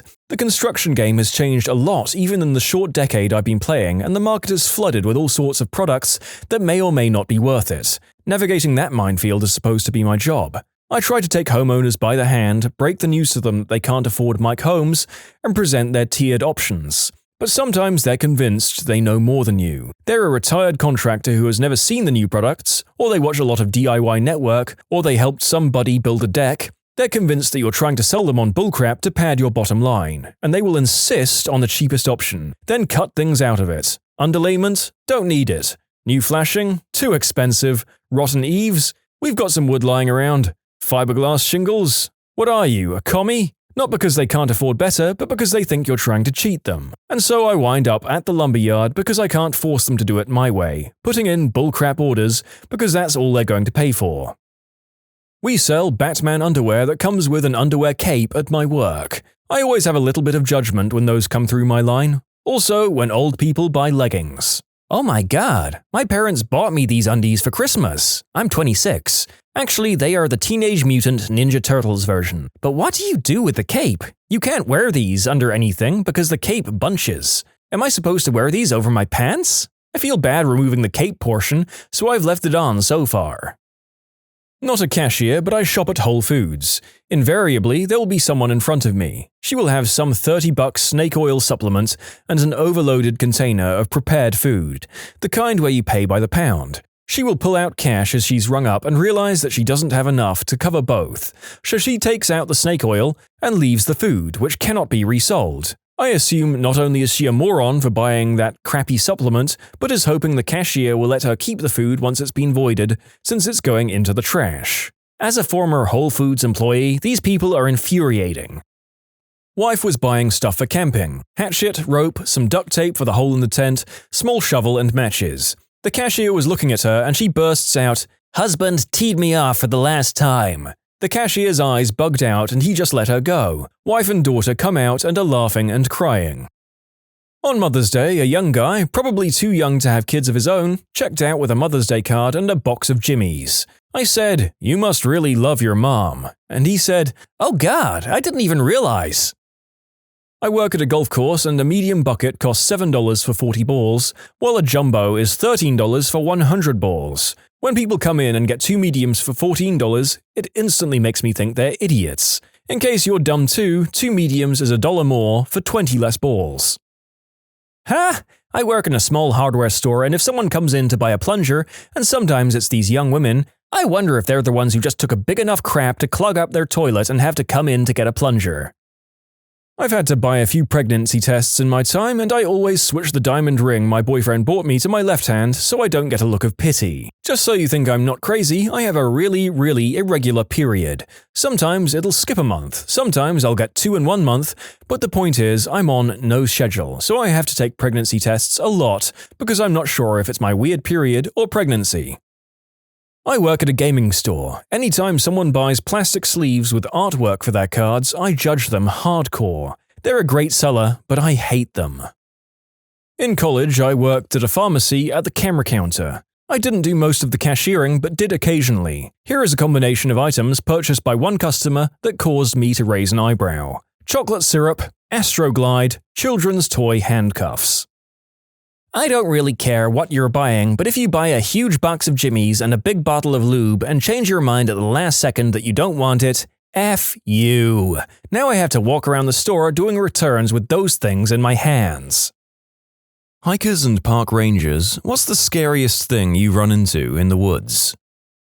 A few years ago, my brother and I were camping in Colorado. He heard a twig snap somewhere nearby and he wakes me up. We scan with our headlamps and see a huge pair of eyes staring at us through some willows. I figured it must be a bear. It kept staring at us for about 5 minutes until we turned off the lights. We were going to move camp back towards some other groups. All of a sudden, a massive moose comes charging out of the willows. Luckily, it veered off before it collided with our tent. Another time, I was hiking a trail I hike regularly with my dog, but it was totally deserted because of some rain. She was ahead of me, maybe 20 yards, when she comes to a dead stop and beelines it back down the trail, completely ignoring my calls. As I chase her, I notice an unmistakable mountain lion print. I was hiking the Adirondacks with my ex on a trail that was a loop around a lake with one trailhead exit. Early spring, so a lot of trail cleanup hadn't begun yet. We're walking about halfway to check out this waterfall, and I hear this rumbling sound that sounds like an animal stomping the ground towards us. I then hear this bizarre, rapidly increasing growl that sounds like what Hollywood uses for alien noises and fricking book it. My boyfriend tells me to hold up, but I'm crapping myself. I'm out of breath and refuse to go back the way we entered the trail. We have to march through this thick bog that was pulling our boots off to get through the other side to exit the loop. We get to the car and I'm crying at this point. The previous day was spent vomiting and eating bad food. Next vacation, we're going to a city, I moped. We'd been in the Adirondacks for the past 4 vacations, and honestly, this experience beat me down. Years later, I was listening to nature sounds on the internet and I hear that growl. A chill went up my spine. I learned that's a real thing. It was a mating call of a ruffed grouse bearing its wings on its chest. Yep, I freaked out because of a randy bird. I was in archaeological field school, living in a tent for 6 weeks at 7,500 feet, and the closest paved road was 10 miles away. One night, I woke up to a huffing, snorting kind of sound right outside my tent. Next thing I know, whatever it was bumping my head. I froze for a second, then on pure instinct, I did an overhead punch. Definitely felt contact. Whatever it was, it went away. This was on the US Forest Service grazing land, so it could have been a cow with insomnia, but it could have also been a mountain lion or black bear. Wasn't even tempted to go out and see what it was. I preferred the safety of my tent. I was hiking in a national forest with my wife and dog. The first couple of miles of trail led to a waterfall and swimming hole, so it was fairly well populated with people. We decided to hike past the waterfall, which involved a bit of a climb, enough at least to keep most people from going past the waterfall. We hiked another mile or two without seeing a single person. This whole time, my dog was having a great time, happy to be in the woods and happy to walk 30 miles if we let her. Suddenly, in a particularly dense part of the trail, she stopped suddenly and stared straight ahead. She absolutely would not move another inch forward. We stopped and listened but couldn't hear or see anything unusual. The dog, though, started whining and trying to pull us on the leash back up the trail toward the swimming hole. I had never before or seen since my dog act this way, but I believe she was legitimately afraid of whatever was ahead of us. Maybe there was a bear on the trail, or a coyote, or maybe a serial killer was hiding in the woods. I'll never know because we listened to our dog and decided to get the frick out of there as fast as we could. Who knows, maybe we avoided some gruesome death deep in the woods. I'm beginning to think that a good proportion of these will either be bear-related or people being scared by the possibility of bears. Place your bets below for what percentage rate of the stories will contain Winnie the Pooh's distant cousins. Desert Park Ranger here. Volunteers at one of my parks called us to report a still smoldering, smoking car in one of our remote campsites. It was normal for stolen cars to get abandoned and burned. We went to look and gawked a few minutes while waiting for the fire department. After a couple of minutes standing there, it became very apparent there was a body in the front seat. After an additional look around, food wrappers, rope, numerous other strange items were found. It seemed like whoever was in the front seat had been bound and shot. Police came and cleaned it up, didn't find any answers. We refer to that as the haunted site now. It's the most popular in that tiny park. One of our cubicle farm chiefs got a call from a guy threatening to take his own life. He said he'd had a lot of weapons and was going to end it, then gave the location close to our park. 2 of my co-workers got sent out to investigate. By the time they got there, another rangering entity had found the scene first. They told my co-workers to leave before there was a ton of complicated paperwork that they'd have to do. The guy had shot himself semi-successfully and then tried to walk for help. Large cleanup scene, felt bad for the responding park ranger. She wasn't with us, but had just dealt with her husband, another ranger, taking his own life the month before. She also found his body. But by far the scariest thing I ran into, I just moved out there and was taking care of 2 parks by myself, both closed. These parks are about 30 miles from the nearest occupied houses, and even then, those couple of homes are usually empty in the summertime. I decided to hop in my car and drive to the darker park to take in a meteor shower and learn to play my banjo, because that is totally normal and not creepy at all. I'm out there on a picnic table, plucking away, terribly, under the stars, and got this really uneasy feeling. Was that a shadow? What if someone shows up? What if someone's listening and starts singing? This is the burned car park. What if they came back? As I'm drowning in the silence with occasional string plucks to distract myself, I hear muffled voices in the brush, quick mumbles, then rustling. My heart dropped and my neck grew cold. There is no way this will be a normal interaction. My eyes struggle with the dark, scanning bushes, trying to find the shapes. The sounds grow closer and seem eerily high-pitched. Children? What the frick? Park ranger dies of a heart attack, found 3 days later still clutching banjo will be a good headline. That is the day I learned that coyotes have the run of the desert and don't worry about being quiet. 3 of them, bound through the cresiote bushes with a yip or two, pass close by me. No fricks given. This is the last time I ever played my banjo there. The Trailside Killer. In Northern California, late 70s, hiking with a friend, and I came across him at a rock outcropping on Mount Tam. He gave off a very discomforting vibe and we didn't hang around. We both independently recognized him when he was finally captured a few years later, and his picture was in the paper. If I'd been with my girlfriend, we might not be alive. He was a creepy-looking dude. A charming-looking fellow.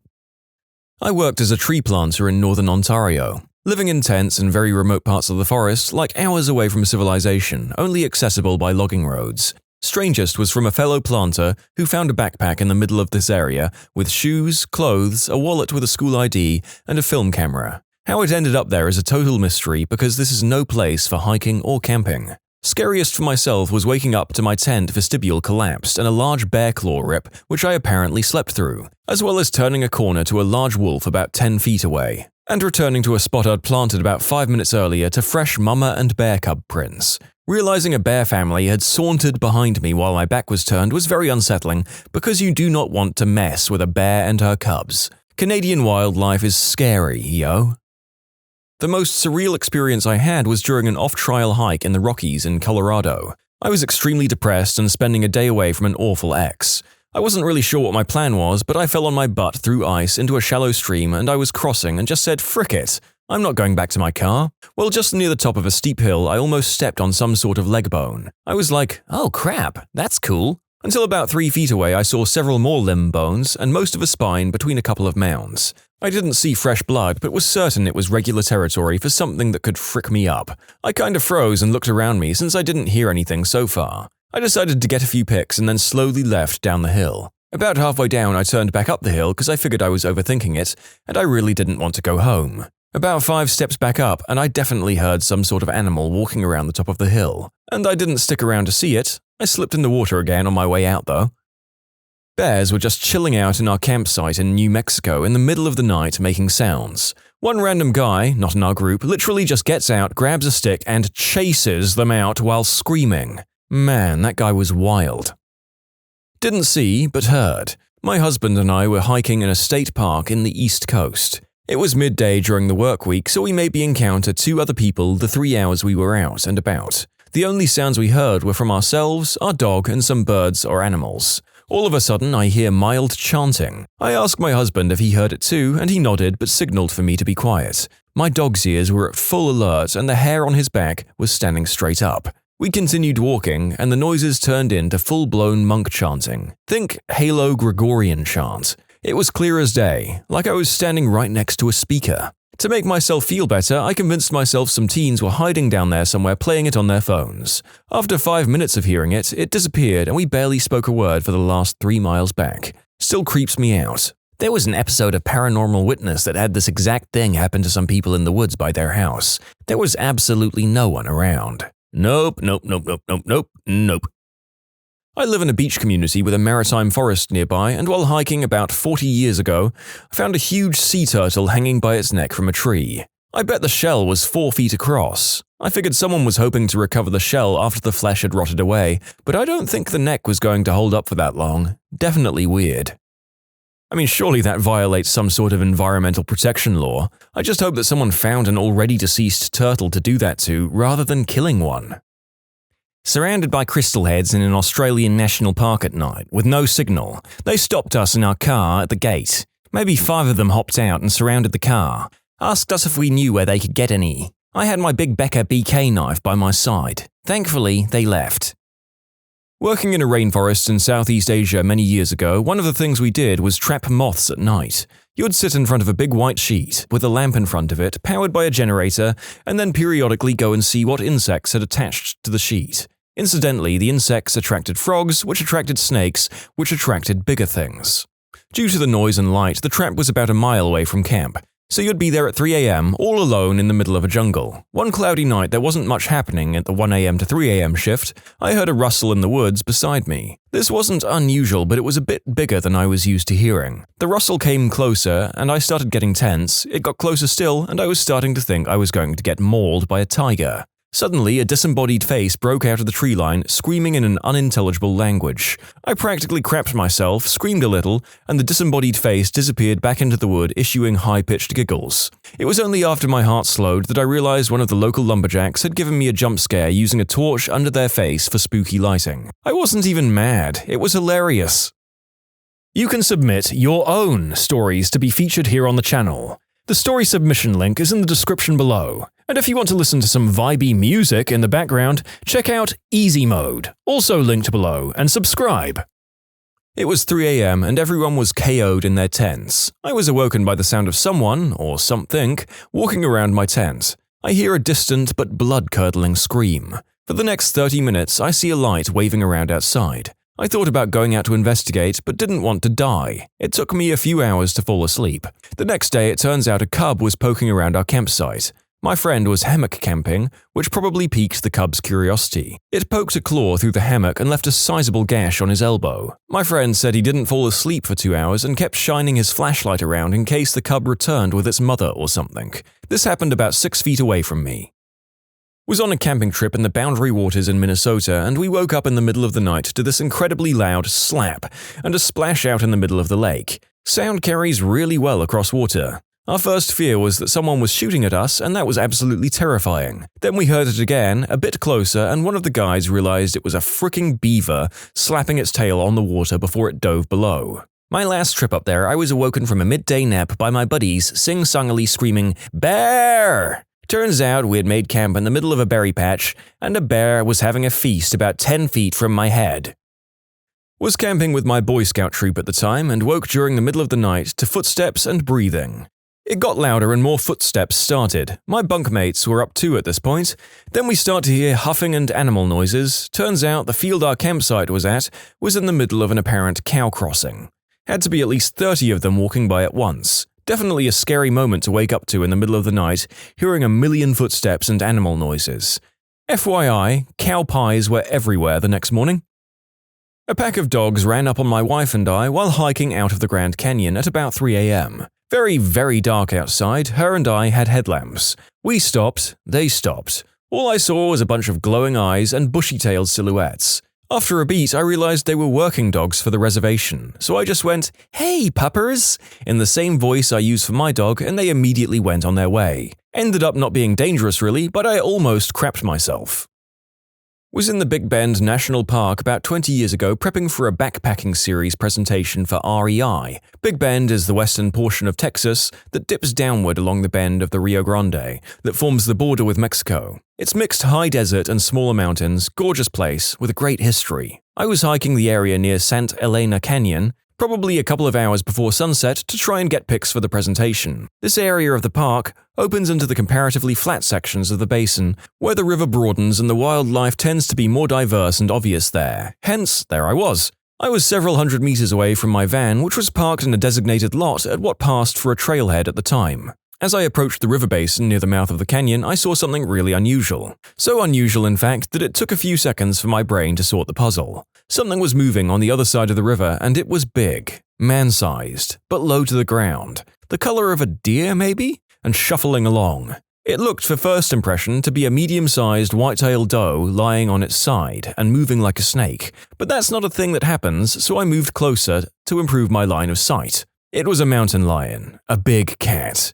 A big cat. It was creeping along, low-slung, hunting something that was probably no more than a stone's toss from where I was standing. I'd never seen one before, and when the visual information finally passed, I think my blood froze. Then it looked at me. I'll probably never forget that bit. You could see the little calorie calculator turning on in its eyes. I've never been so thankful for a river in my life. Granted, at this time, and maybe still, the river was very low due to drought and unauthorized, unlawful irrigation practices upstream, and you could likely cross at several points at this location with minimal risk, but it was still quite broad and definitely looked the part of a potent water barrier. Death Kitty does a series of double takes, head shifting from me to whatever the prey's location is back and forth rapidly, said calorie counter and risk calculator, trying to get a fix on this evening's menu. I die a little, maintain my facing, and begin slowly and quietly moving away. Not sure if I wasn't worth it, if the river was too much of an X factor, or if the big un just really wasn't that into me, but no chase was given, and after breaking line of sight, I was able to get back to the van just fine, with no sign of pursuit and some mild tachycardia. That was the longest short walk I've ever taken. Later that night, I was parked off the main park road in an area where big cats commonly hunted. I'll always remember being parked there, in the middle of nowhere, munching on slightly stale Oreos and a bottle of water, listening to the occasional growl or scream of a big cat peel out of the darkness, and being thankful for my relatively fortunate position on the food chain. Also, one night I hallucinated on NyQuil, a side effect I regularly experienced with the quills, after getting a respiratory illness, and I woke up screaming, at a mountain, at 3 a.m. at the public campsite. But that's someone else's scary camping story. Oh no, yeah, I don't care that big cats normally don't bother attacking humans. If I saw one of those, I would be sprinting for my life. Sorry, kitty, you shall not taste the flesh of YouTube narrator today. Not really a park, but we were camped on a remote beach in Northern Australia on an Aboriginal reserve. We had special permits. When we woke up in the morning, we noticed a huge trail drag and footprint where a croc had walked by our tent during the night. The croc was on the other side of the bay, assuming it was the same croc, and must have been at least 6 meters long. We packed and moved. I went running through a trail near my house one afternoon, headphones in and my mind elsewhere, just because I knew the path really well. I came around a bend, through the gap in the trees about 20 feet in front of me, I locked eyes with a dead and rotting deer. Somehow it was postured in a way that made it look as though the corpse was staring through me. I turned and bolted out as fast as I possibly could. You should watch the movie The Ritual. Frick that movie. Still creeps the crap out of me that there are these kinds of woods where it's some kind of curse and of being guarded by some not-of-this-world kind of beast.